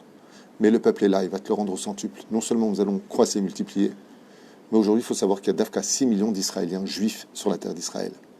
Et je pense que c'était la plus belle réponse qu'on pouvait donner à l'histoire. Donc c'est vrai qu'il y a eu la Shoah. C'était terrible. Mais aujourd'hui, on en est où? Aujourd'hui, on en est où? Am Israël, Chai Vekayam. Et comment raviver sa émouna? C'est une question qui est posée. Rabbi Nachman a répondu à cette question, comment raviver la Emouna à la fin des temps? Il dit, d'ailleurs, une chose très intéressante. Il dit que les biographies de nos sages non seulement raviveront la Emouna plus que n'importe quel autre livre d'études, et ma femme me dit c'est vrai parce que c'est ce que tu es en train de faire. D'ailleurs, chaque fois que ma femme, sachez une chose, finit une biographie, elle me dit il faut que tu étudies plus. Chaque fois, c'est le même dialogue, et elle est remplie comme ça. Après Baba Salé, nous avons Mama Salé. Donc, effectivement, mais Rabbi Nachman dit pas simplement que ça ravive la Emouna, il dit que la biographie de nos sages provoqueront la Géoula. Ah oui, tu regarderas dans le Likutei Etzot, le Sefer Midot, un des deux livres, je ne me rappelle plus lequel, qui dit que Bémet, ça rapprochera la Géoula. La Tzedaka rapprochera la Géoula. Le fait de donner, le fait de se soutenir, le fait d'avoir de la compassion, rapprochera la Géoula. Vous voulez réussir à avoir de la Emouna? Travaillez votre humilité. Se mesurer à Dieu dans les épreuves, ou sentir une épreuve trop nous frapper, c'est qu'on existe trop. Donc, retrouvez le vous qui est en vous. Et le vous qui est en vous, c'est une âme. Et l'âme est transparente. La reine Bezrat Hashem, il y a beaucoup de moyens. L'étude de la Torah, le sport. Écoutez ce que je vous dis. L'étude de la Torah, le sport, les biographies. Je sais que Vadaï s'attache à un rave. Tu as bien raison de le dire. C'est pas encore le moment de la Géoula. Ça veut dire qu'il n'y a pas encore le Mashiach qui est là pour ne plus qu'on ait de rave. Pour l'instant, il faut qu'on ait un rave. Donc attachez-vous à vos rabbinim de communauté ou là où vous êtes. Un vrai rave, bien sûr. Baruch. Aujourd'hui, il y a beaucoup aussi de gens qui sont passés, qui se déguisent. Et comme a dit une fois Rav Zamir Cohen, c'est pas parce qu'on a une barbe qu'elle demande qu'on l'arrose tous les jours pour qu'elle pousse. C'est facile de mettre une kippa, une barbe sous le menton, ça fait pas de toi un rab. Le pape aussi, il a une kippa sur la tête et ça fait pas de lui un rabbin. La reine Bezrat Hashem, il y a quelque chose que j'aimerais rajouter, mais le shalom. Je sais que ce que je dis est peut-être répété, mais je répéterai tant que c'est pas compris. Vivez une histoire d'amour chez vous, ça suffit, les guerres, et les insultes et les machins. Arrêtez de vous parler comme des bons à rien, arrêtez de vous crier dessus, arrêtez de vous insulter, arrêtez de vous maudire. Arrêtez de vous maudire. Vous savez, quand on a une bonne nouvelle à annoncer à un couple et qu'on voit que le couple est en train de se déchirer, de s'insulter et de se maudire, qu'est-ce que vous faites? Je repasserai. Quand vous entendez ce que je vous dis, je repasserai. Comment vous voulez que Dieu nous libère alors que nous-mêmes, on est en train de se détruire? On finit le travail d'Hitler entre nous. Vous ne vous rendez même pas compte de ce qui se passe dans les couples. Les insultes, les coups, les chemishmor, au lieu de dialoguer, Comme je dis, j'ai fait un cours qui s'appelle « Si t'as pas réussi ton mariage, on va réussir ton divorce ». Même ça, les gens sont plus capables de réussir. Ils se déchirent. Il faut voir les messages, mais des trucs de fou. Un monde sans cœur, mais bien sûr. Alors tout ça, Bivadaï. Encore une fois, nous on vient faire ce qu'on a à faire et Dieu, Bezrat Hashem, fera ce qu'il a à faire. Comme je dis souvent, toi face à ta conscience, t'en es où? Est-ce que vraiment tu penses que tu es bécédaire? Une fois j'ai parlé avec un pervers narcissique, et même pas une fois, plusieurs fois j'ai eu affaire à eux, et ils m'ont répondu, je ne sais pas si je serais capable de changer, mais vous avez raison, surtout. Ça veut dire quoi? Ils ont reconnu que Bémet, ce sont des gens qui font du mal. Et c'est déjà un énorme effort. Avec la psychologie, et si tu sais comment sortir... Pourquoi le sport? Oh, d'abord c'est une loi du Rambam dans les Chod Deot, parce que le sport permet d'extirper de nous toute l'énergie négative, d'avoir confiance en soi, de savoir comment respirer, de contrôler nos pulsions, ce qui fait que le sport oxygène notre adrénaline, nos hormones. Et dans le domaine physique, vous savez, l'hypothalamus, la centrale des nerfs, ce qui est à la base de tous nos problèmes, c'est les nerfs. Hein. Vous êtes au courant de ce qui se passe aujourd'hui, aussi bien en voiture que dans les maisons, que dans le travail. On est tous sur les nerfs. Et donc, quand on est sur les nerfs, on est plus objectif. Et quand on est plus sur les nerfs, on dit beaucoup de choses qu'on n'aurait jamais dû dire. Eh bien, le sport permet d'évacuer tout cela. Il est impératif, et je le conseille vivement, hommes comme femmes, de faire du sport. C'est pour ça que dans le Binyan, si Dieu veut, que nous aurons le mérite de construire dans les plus brefs délais, j'espère, le plus vite possible, dès qu'on aura en tout cas la somme nécessaire, on commencera à creuser, si Dieu veut, avec l'aide d'Hachem, début mars, fin mars, je ne sais pas exactement, mais il nous faudra aussi compléter cette somme. Mais il y a 2 salles de sport qui sont prévues, une pour les hommes et une pour les femmes, avec des exercices respiratoires qui compléteront, Bezrat Hachem, l'étude qui sera mise en pratique pour les hommes et pour les femmes, ainsi que, Bezrat Hachem, tous les programmes prévus pour l'Alia francophone, avec l'aide d'Hachem, où on agira en conséquence, non pas par des paroles, mais par des actes. Ken ? Est-ce que travailler sa patience, c'est important? C'est pas important de travailler sa patience, c'est essentiel. Synonyme d'humilité égale patience. Par exemple, comment on dit le mot patience en hébreu? Savlanout. Très bien. Savlanout. Comment on dit le mot souffrance en hébreu? Sovlanout. Vous voyez que la patience est capable de surmonter la souffrance. Ce sont exactement les mêmes lettres. Si je prends une craie, un tableau, et j'écris le mot patience sans les voyelles, vous pourrez lire le mot souffrance. Comment je peux surmonter mes souffrances? En faisant preuve de patience. Et patience est le synonyme le plus important du mot anava, humilité. C'est là. Okay. Et dernière question. Bien, pourquoi dernière question? On a jusqu'à 5h du matin ensemble. Est-ce que ce virus qu'on subit aujourd'hui fait partie du plan? Vadaï. C'est un virus qui a autant de qualités que de défauts. Il a eu des qualités parce qu'il nous a montré qu'on n'était rien sur Terre alors qu'on était en paroxysme de l'orgueil et on se prenait pour Dieu. Et il nous a montré que en un rien de temps, on n'est rien et que tout ce qui était acquis n'est plus un acquis. Ceux qui rêvaient d'avoir des salles de mariage qui faisaient des 100 et 200 000 shekels par mois, malheureusement se retrouvent aujourd'hui avec beaucoup de dettes.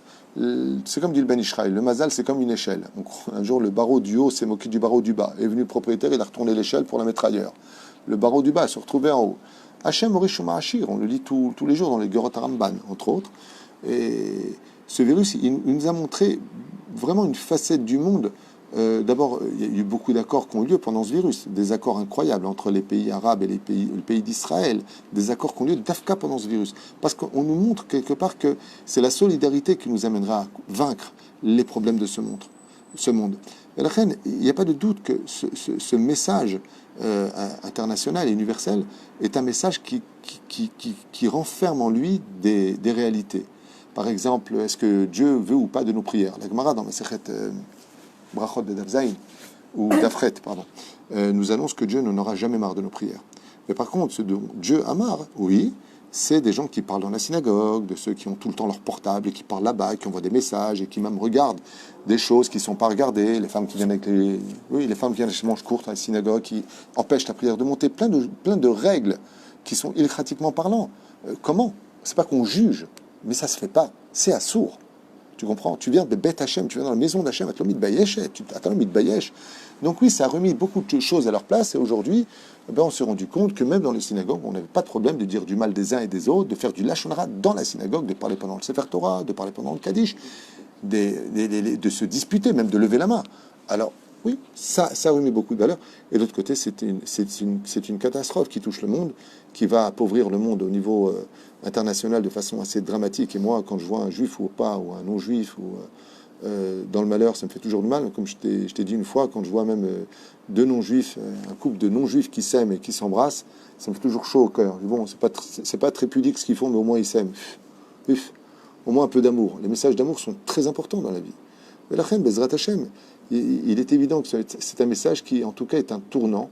Et comme je l'ai dit à ma femme, je vous le dis à vous tous, pour moi, il n'y a pas de doute que après ce virus, c'est où il y aura une très grande élévation spirituelle, où on va descendre comme jamais on est descendu bas dans l'immoralité.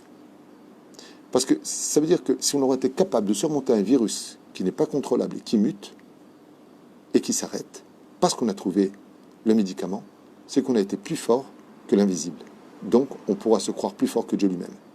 Et ça, c'est un danger qu'il ne faut pas ignorer. C'est pour cela que c'est une période propice pour la Teshuvah, Béhémet, plus que jamais, où Dieu nous donne rendez-vous avec nous-mêmes, confinés dans nos maisons, avec notre famille, parce qu'on avait beaucoup d'excuses d'être tout le temps au travail, parce qu'on avait beaucoup d'excuses de ne pas pouvoir s'occuper des enfants, parce qu'on avait beaucoup d'excuses de rencontrer les... Ouais, mais je suis à la synagogue, si je ne vois pas comme les gens m'ont dit, si je ne parle pas maintenant, je ne parle jamais, on se voit qu'à la synagogue le Shabbat.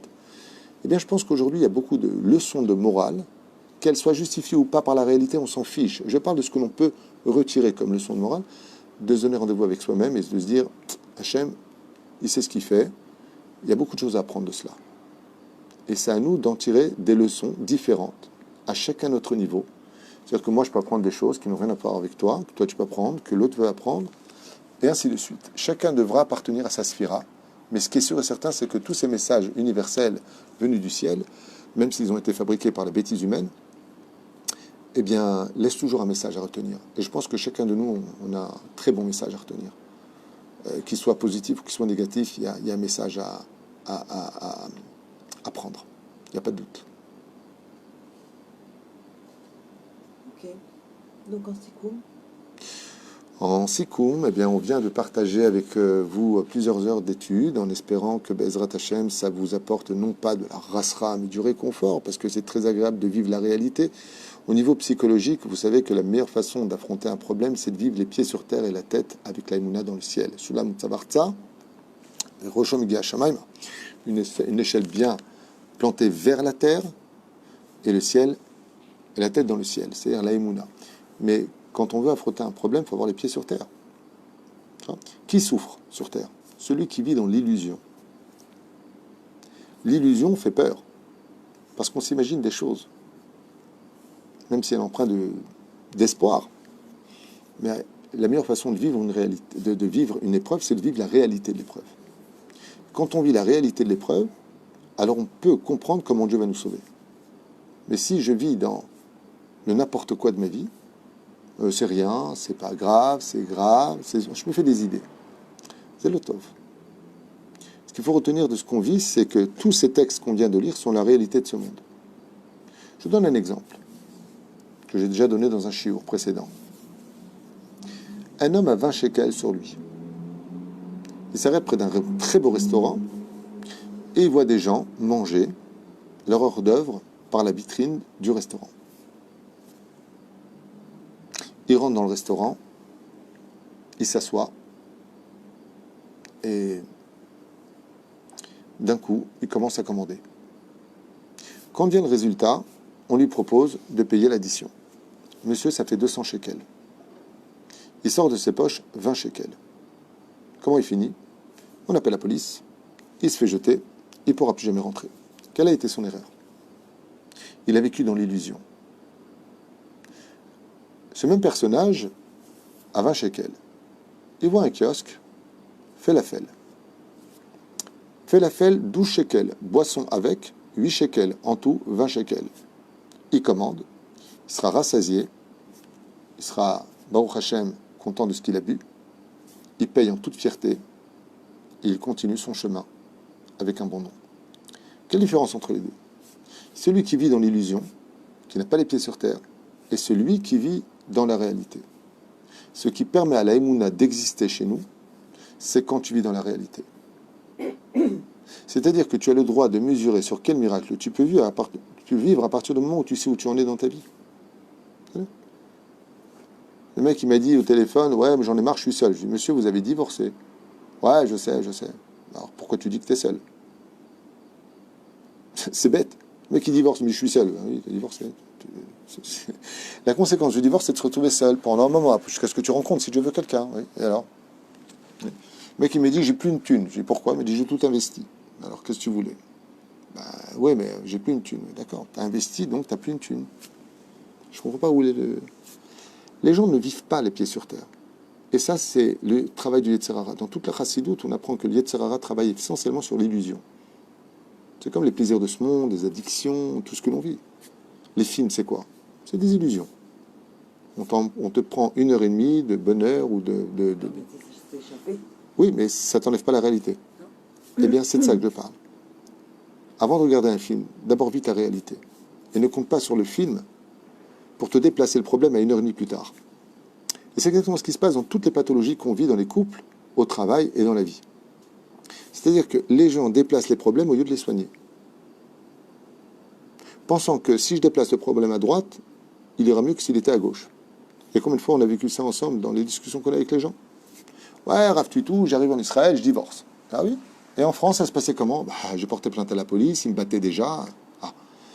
Ouais, mais je pensais qu'en Israël, ça allait s'améliorer. Ah oui. Je dis pourquoi ce serait amélioré? Vous avez déplacé le problème de Sarcelles, dans le cas échéant, en Israël. Ok? Et pourquoi ça devrait s'améliorer? Vous avez changé de main? Déplacer le problème ne règle pas le problème. J'ai une question. Tu as dit tout à l'heure qu'on était des acteurs dans une situation qui est comme un scénario ou comme une...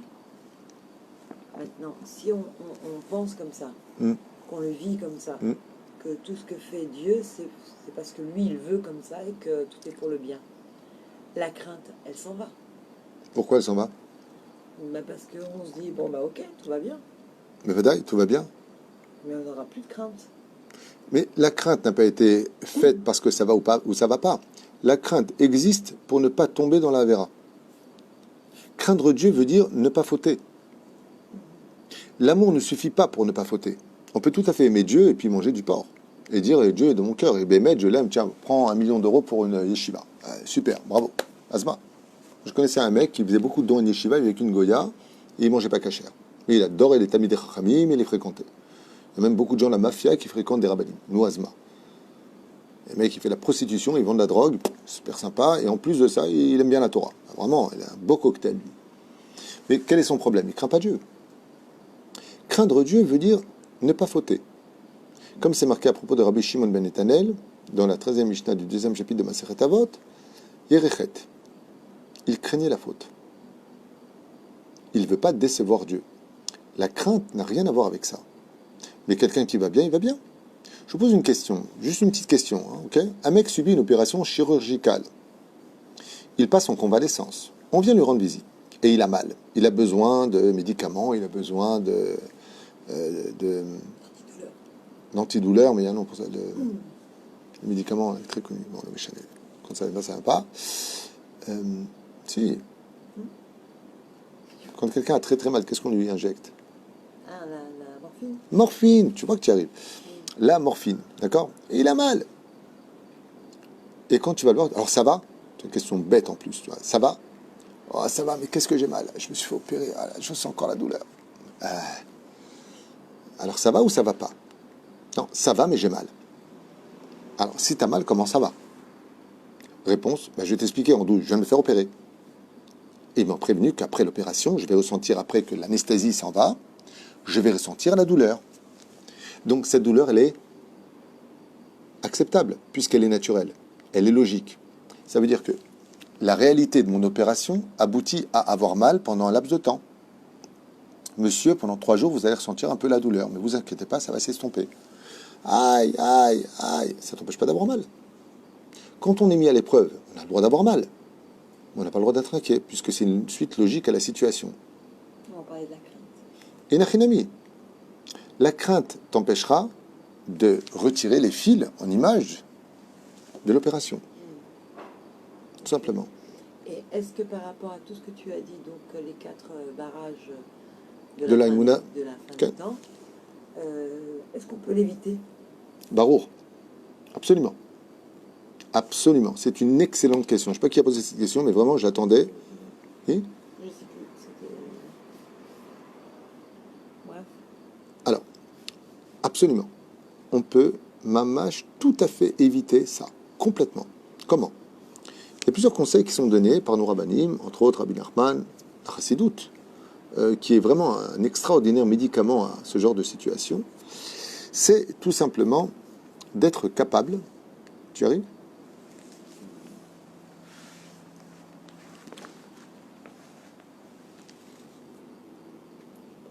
Le méchané.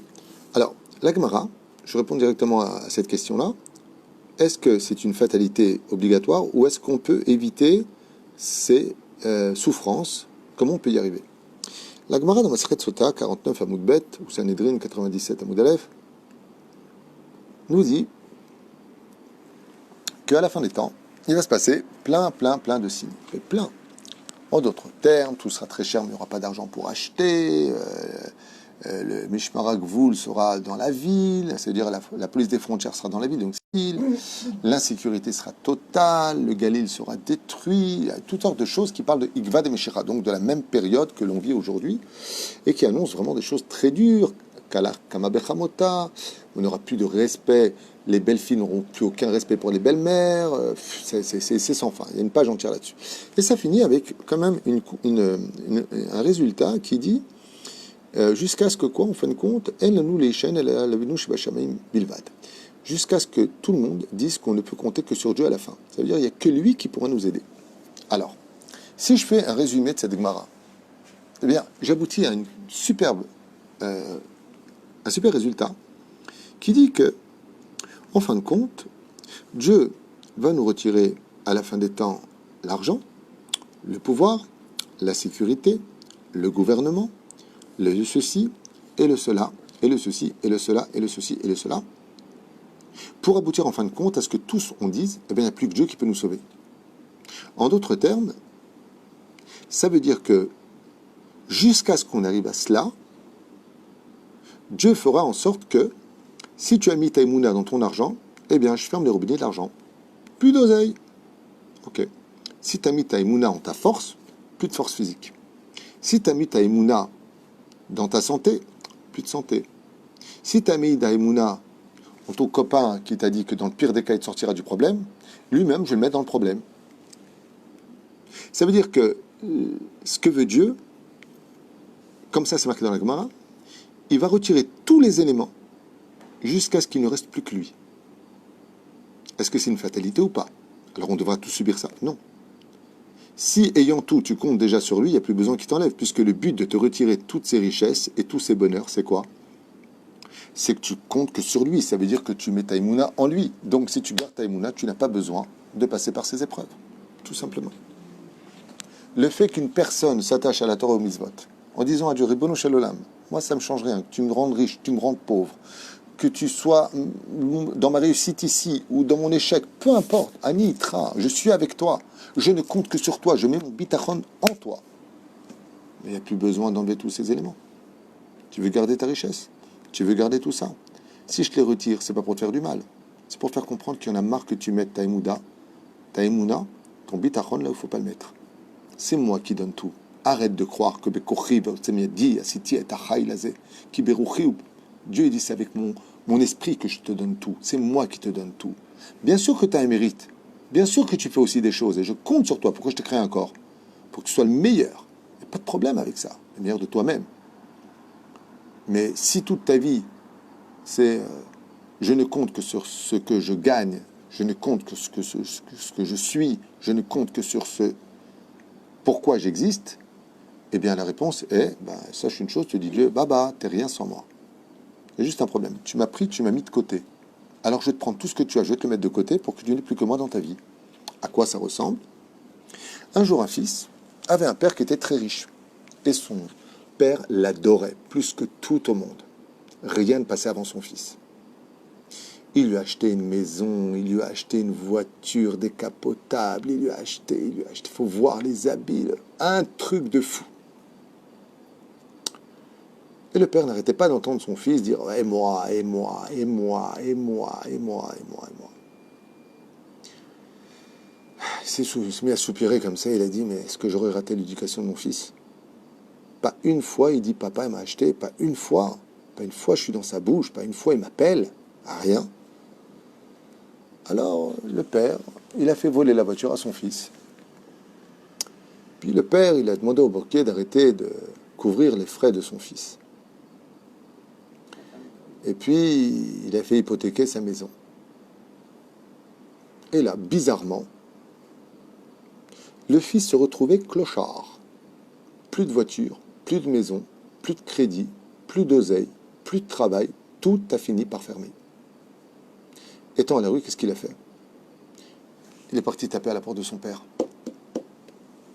Quand le père a ouvert la porte, il lui a dit « Oh, Qu'est-ce qui se passe? Suivez-la. Il lui a dit, papa, je peux te parler?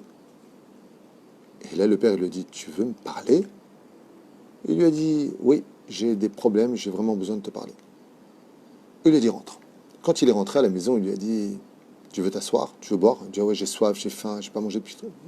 La brioute. Qu'est-ce qui se passe? Il lui dit, papa, tu sais, tu m'as toujours gâté, tu as toujours été près de moi, tu m'as envoyé de l'argent, tu m'as acheté une belle maison, tu m'as envoyé une belle voiture, Et là, le père, il rigole, il dit, tu sais, c'est bizarre, parce que j'entends de partout que tu t'es fait, c'est moi, c'est moi. Jamais tu as parlé de moi. Jamais tu me cites, jamais tu reconnais que j'ai toujours été là pour toi, et combien je t'aime, et combien je t'ai apporté. Il dit, ouais, papa, j'ai fait des erreurs, mais aujourd'hui, je me rends compte que j'ai que toi. C'est-à-dire, ne me rejette pas, quoi, j'ai que toi. Alors le père, il se lève à ce moment-là, il lui dit, tu sais pourquoi la banque te fait plus crédit? Il lui a dit non. Pourtant, elle m'a toujours fait confiance. Il lui a dit non. C'est parce que j'étais derrière. Je les ai appelés, j'ai pas dit de te ruiner, j'ai simplement dit je ne le couvre plus. Alors, dans tes folies, la banque, elle a compris que dans la réalité de la vie, tu étais un fou furieux qui dépensait non-stop pour rien que des bêtises. Et que l'argent, ça avait plus de valeur que toutes tes illusions. L'argent, c'est pas fait pour être dépensé n'importe comment. Mais la reine, je me suis retiré de là-bas.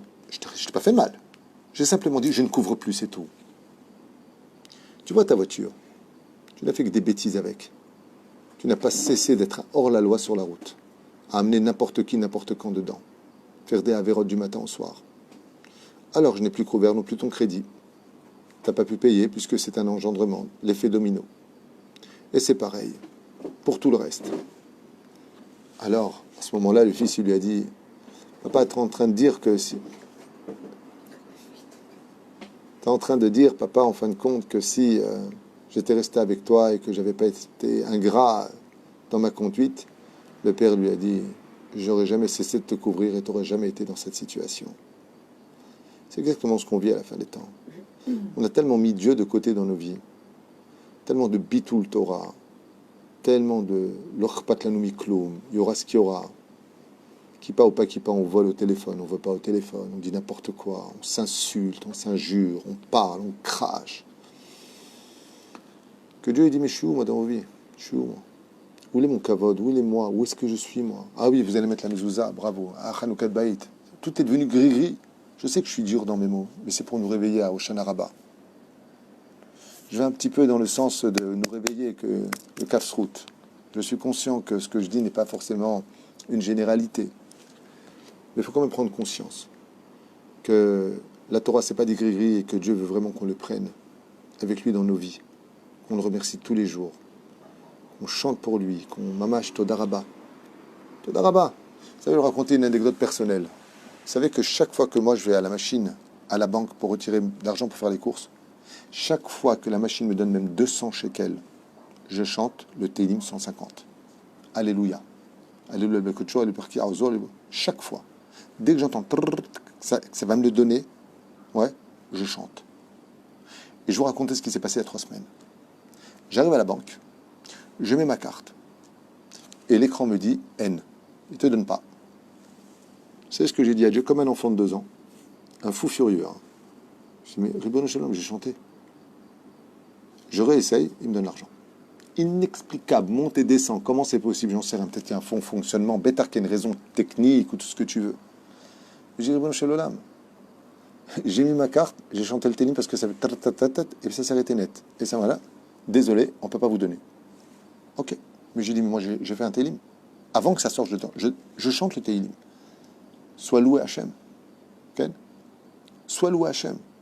Je remets ma carte. C'est pas une histoire qu'on m'a racontée, mytho. C'est moi qui l'ai vécu. Il y a 3 semaines. Je remets ma carte. Il me donne l'argent. C'est ce que j'ai répondu en sortant. Je dis, ah bah alors j'ai eu peur. Ani somech alecha Hachem. Ani somech alecha. Partout où je vais, tu seras. Il y aura toujours de la place pour toi. Dans mon cœur, dans ma vie, dans ma chambre, dans le salon, dans l'étude, partout.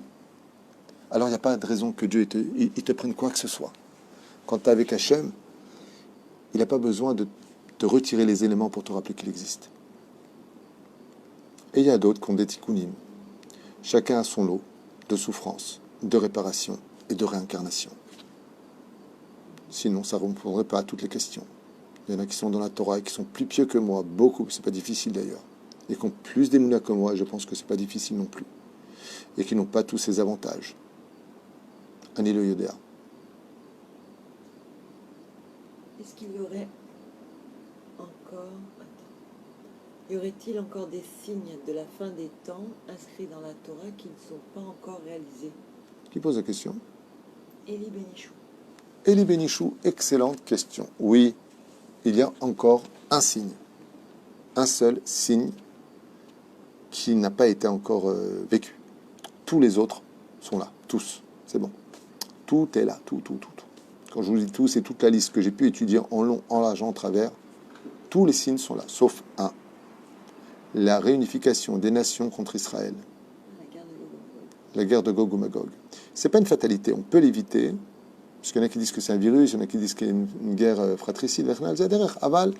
Oui, il y a un élément qui manque, c'est que les nations du monde, malgré tout, devront se réunir contre Israël, Va'olu Moshim Be'artzion, Lishpot et Aresav, et se réunir pour Jérusalem. Et donc, on s'attendrait prochainement à un bouleversement mondial d'antisémitisme, d'antisionisme, réunification des nations du monde qui exigeront d'Israël Jérusalem, et c'est ce qui manque. Ça a bien commencé, on ne sait pas où on va, et de l'autre côté, j'aimerais parler d'Ishmaël.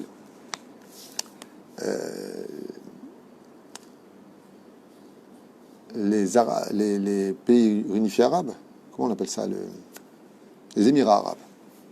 Tu ne mets pas beaucoup à 4 heures du matin, toi. 5 heures, pardon. 5 heures du matin. Les Émirats arabes, aujourd'hui, tendent la main à Israël pour faire la paix.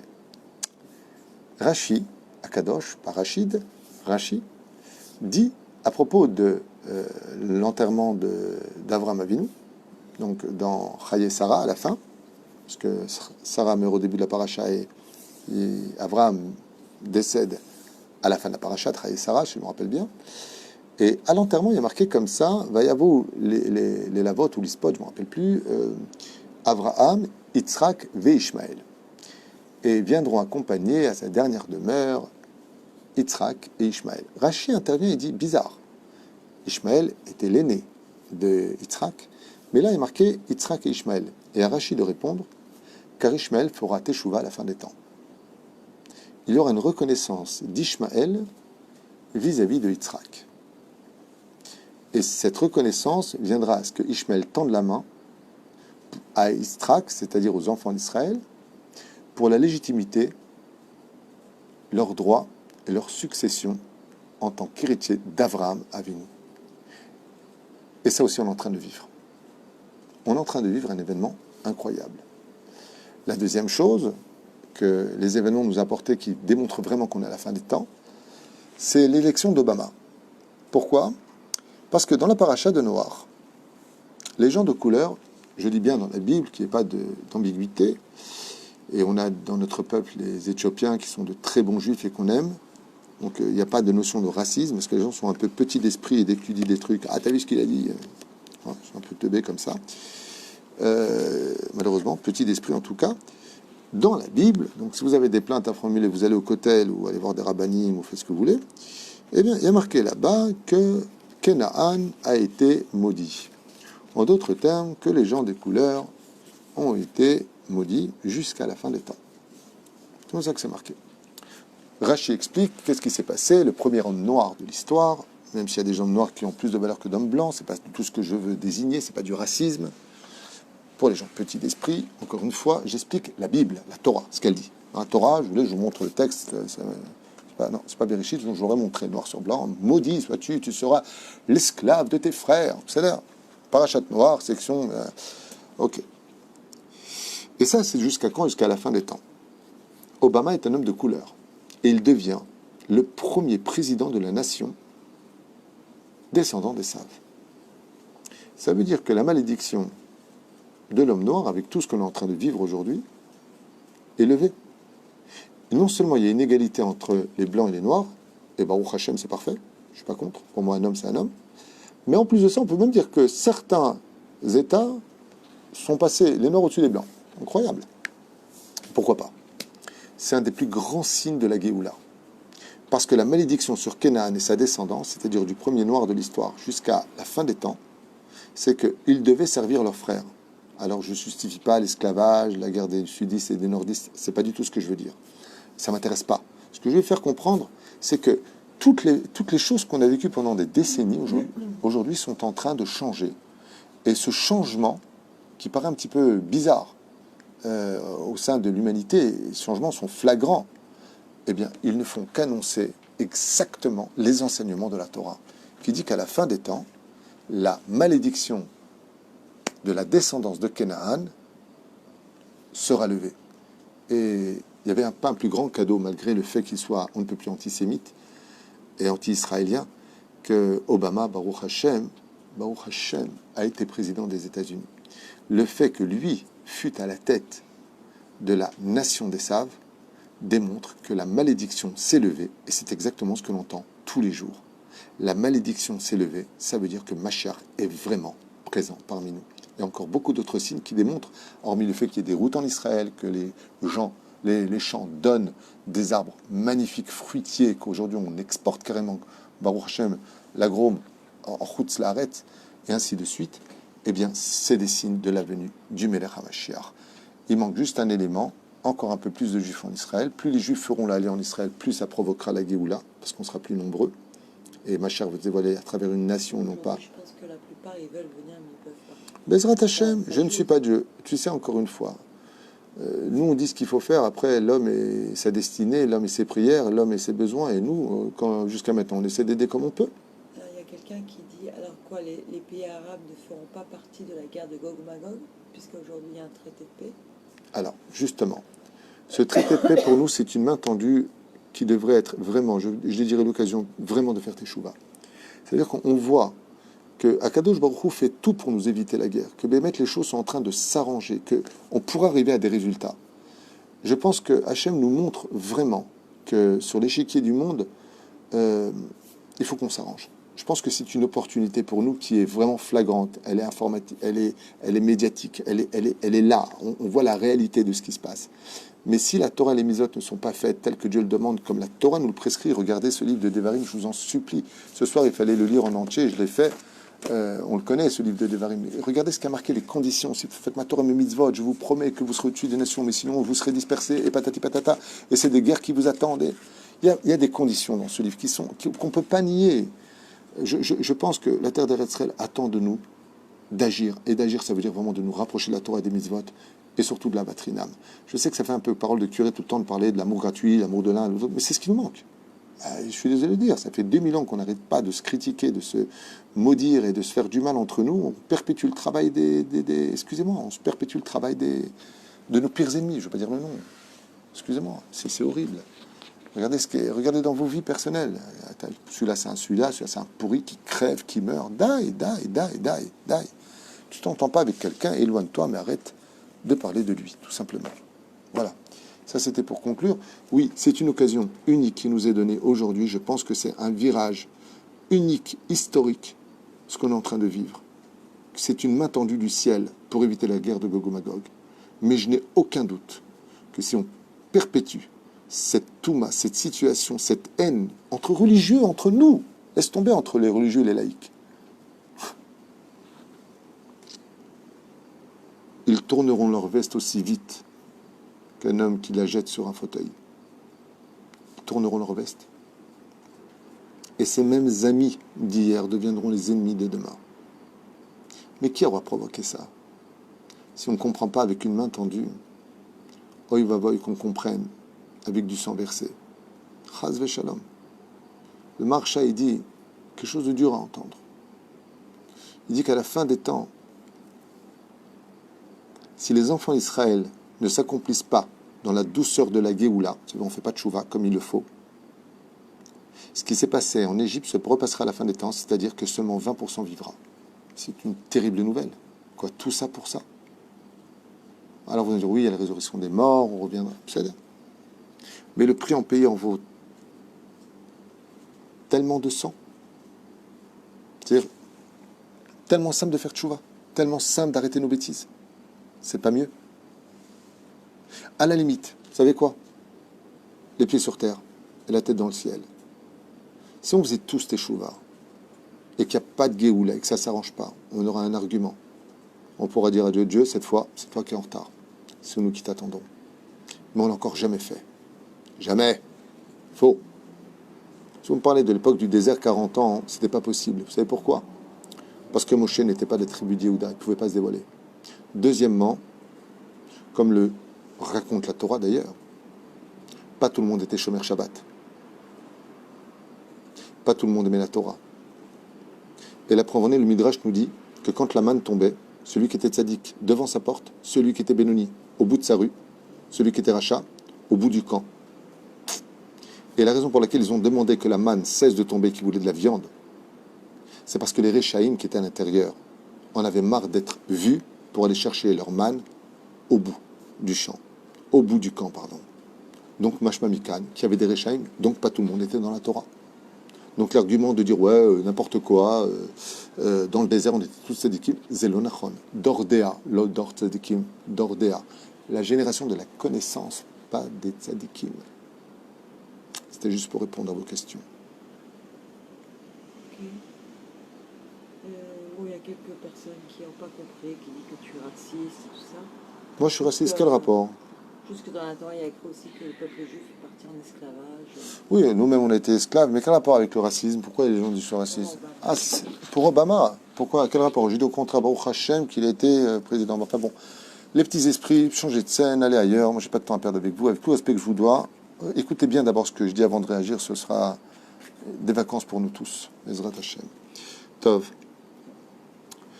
Chez Niskel et Ishod Venechamot, il est 5h05. Effectivement, on va se préparer à aller prier pour le Netzachama. Bracha Batsacha Bechol Maseadenu, chez Niskel et Ishod Venechamot. Tu vois, quand j'ai parlé des hommes de couleur, j'ai eu peur de tomber sur des petites personnes qui comprennent rien comme d'habitude et qui passent leur temps à réagir de façon impropre. Ouais, Bezrat Hashem, il y a toujours comme ça. Top, Shiniskel et Yishod Venechamot, Shana Tova, de bons décrets. Je vous conseille pour avant de vous coucher, pour les femmes ou qui ont écouté le shiur, de faire au moins 5 minutes de Hitbo des doutes. Priez le ciel de vous donner aujourd'hui tous les éléments dont vous avez besoin pour mieux le servir. Pour les hommes, pareil, Bezrat Hashem. Techatmu besefer hachem b'ashalom. Bénissez-vous. Shiniske Bezrat Hashem leishuot ramot meod. Et n'oubliez jamais que la parole est créatrice. Aujourd'hui, grâce à cette veillée, on a réparé la fatigue de nos yeux. On n'a parlé que de Torah grâce à Dieu. Donc, ce qu'on a dit avec notre bouche peut se réparer ce soir. Nos mains n'ont pas fait aucune chose négative. Elles répareront Bezrat Hashem en tenant le loulav et le etrog pour cette dernière journée de cette année, l'Arbat Aminim. Et la reine, il me reste plus qu'à vous souhaiter tous les bonheurs du monde et bémettre que chaque juif retrouve le sourire et peu importe la couleur de sa peau. Quel rapport avec le racisme? Je prends pas ça à cœur, hein, je m'en fiche, mais je n'arrive pas à comprendre qu'il y a des gens qui comprennent rien à ce point-là.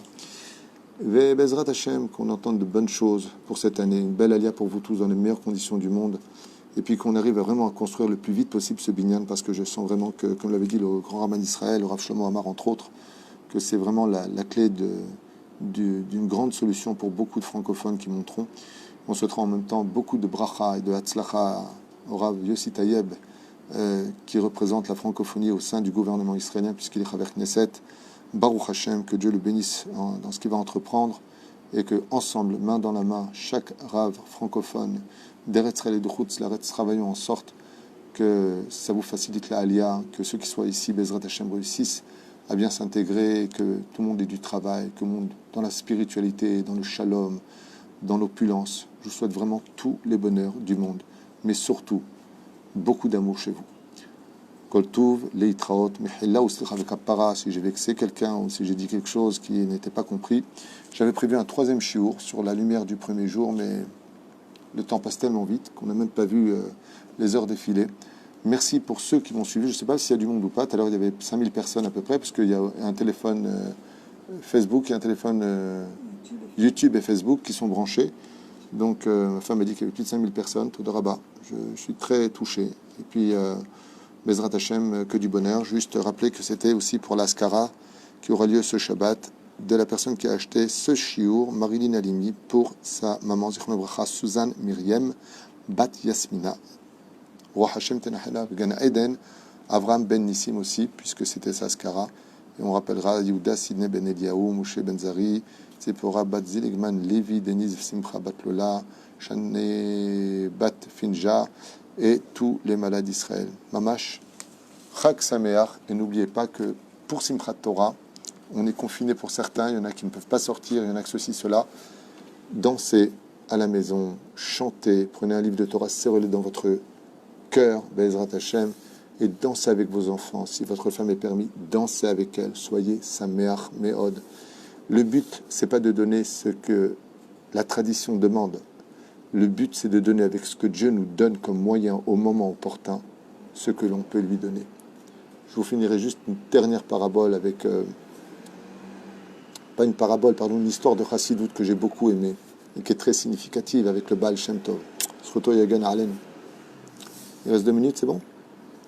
Juste comme ça, une petite histoire du Baal Shem Tov à propos de la situation dans laquelle on est. Une fois, le Baal Shem Tov a dit à ses élèves, venez avec moi, je vais vous montrer ce que c'est un vrai serviteur de Dieu. Et alors qu'ils traversaient les champs, ils arrivent comme ça à Motzei Shabbat, dans une auberge, et ils s'installent dans l'auberge, et il dit maintenant, je vais vous emmener voir un tzaddik gamour. Ah, ils sont très contents, ils vont voir. Ils observent comme ça à travers une petite maison, un petit vieux, une petite péote comme ça, une grande barbe, un personnage très très âgé comme ça, avec sa femme. Et ils avaient préparé, selon leurs moyens qui étaient très minimes, juste des petits pois. C'est tout ce qu'ils avaient.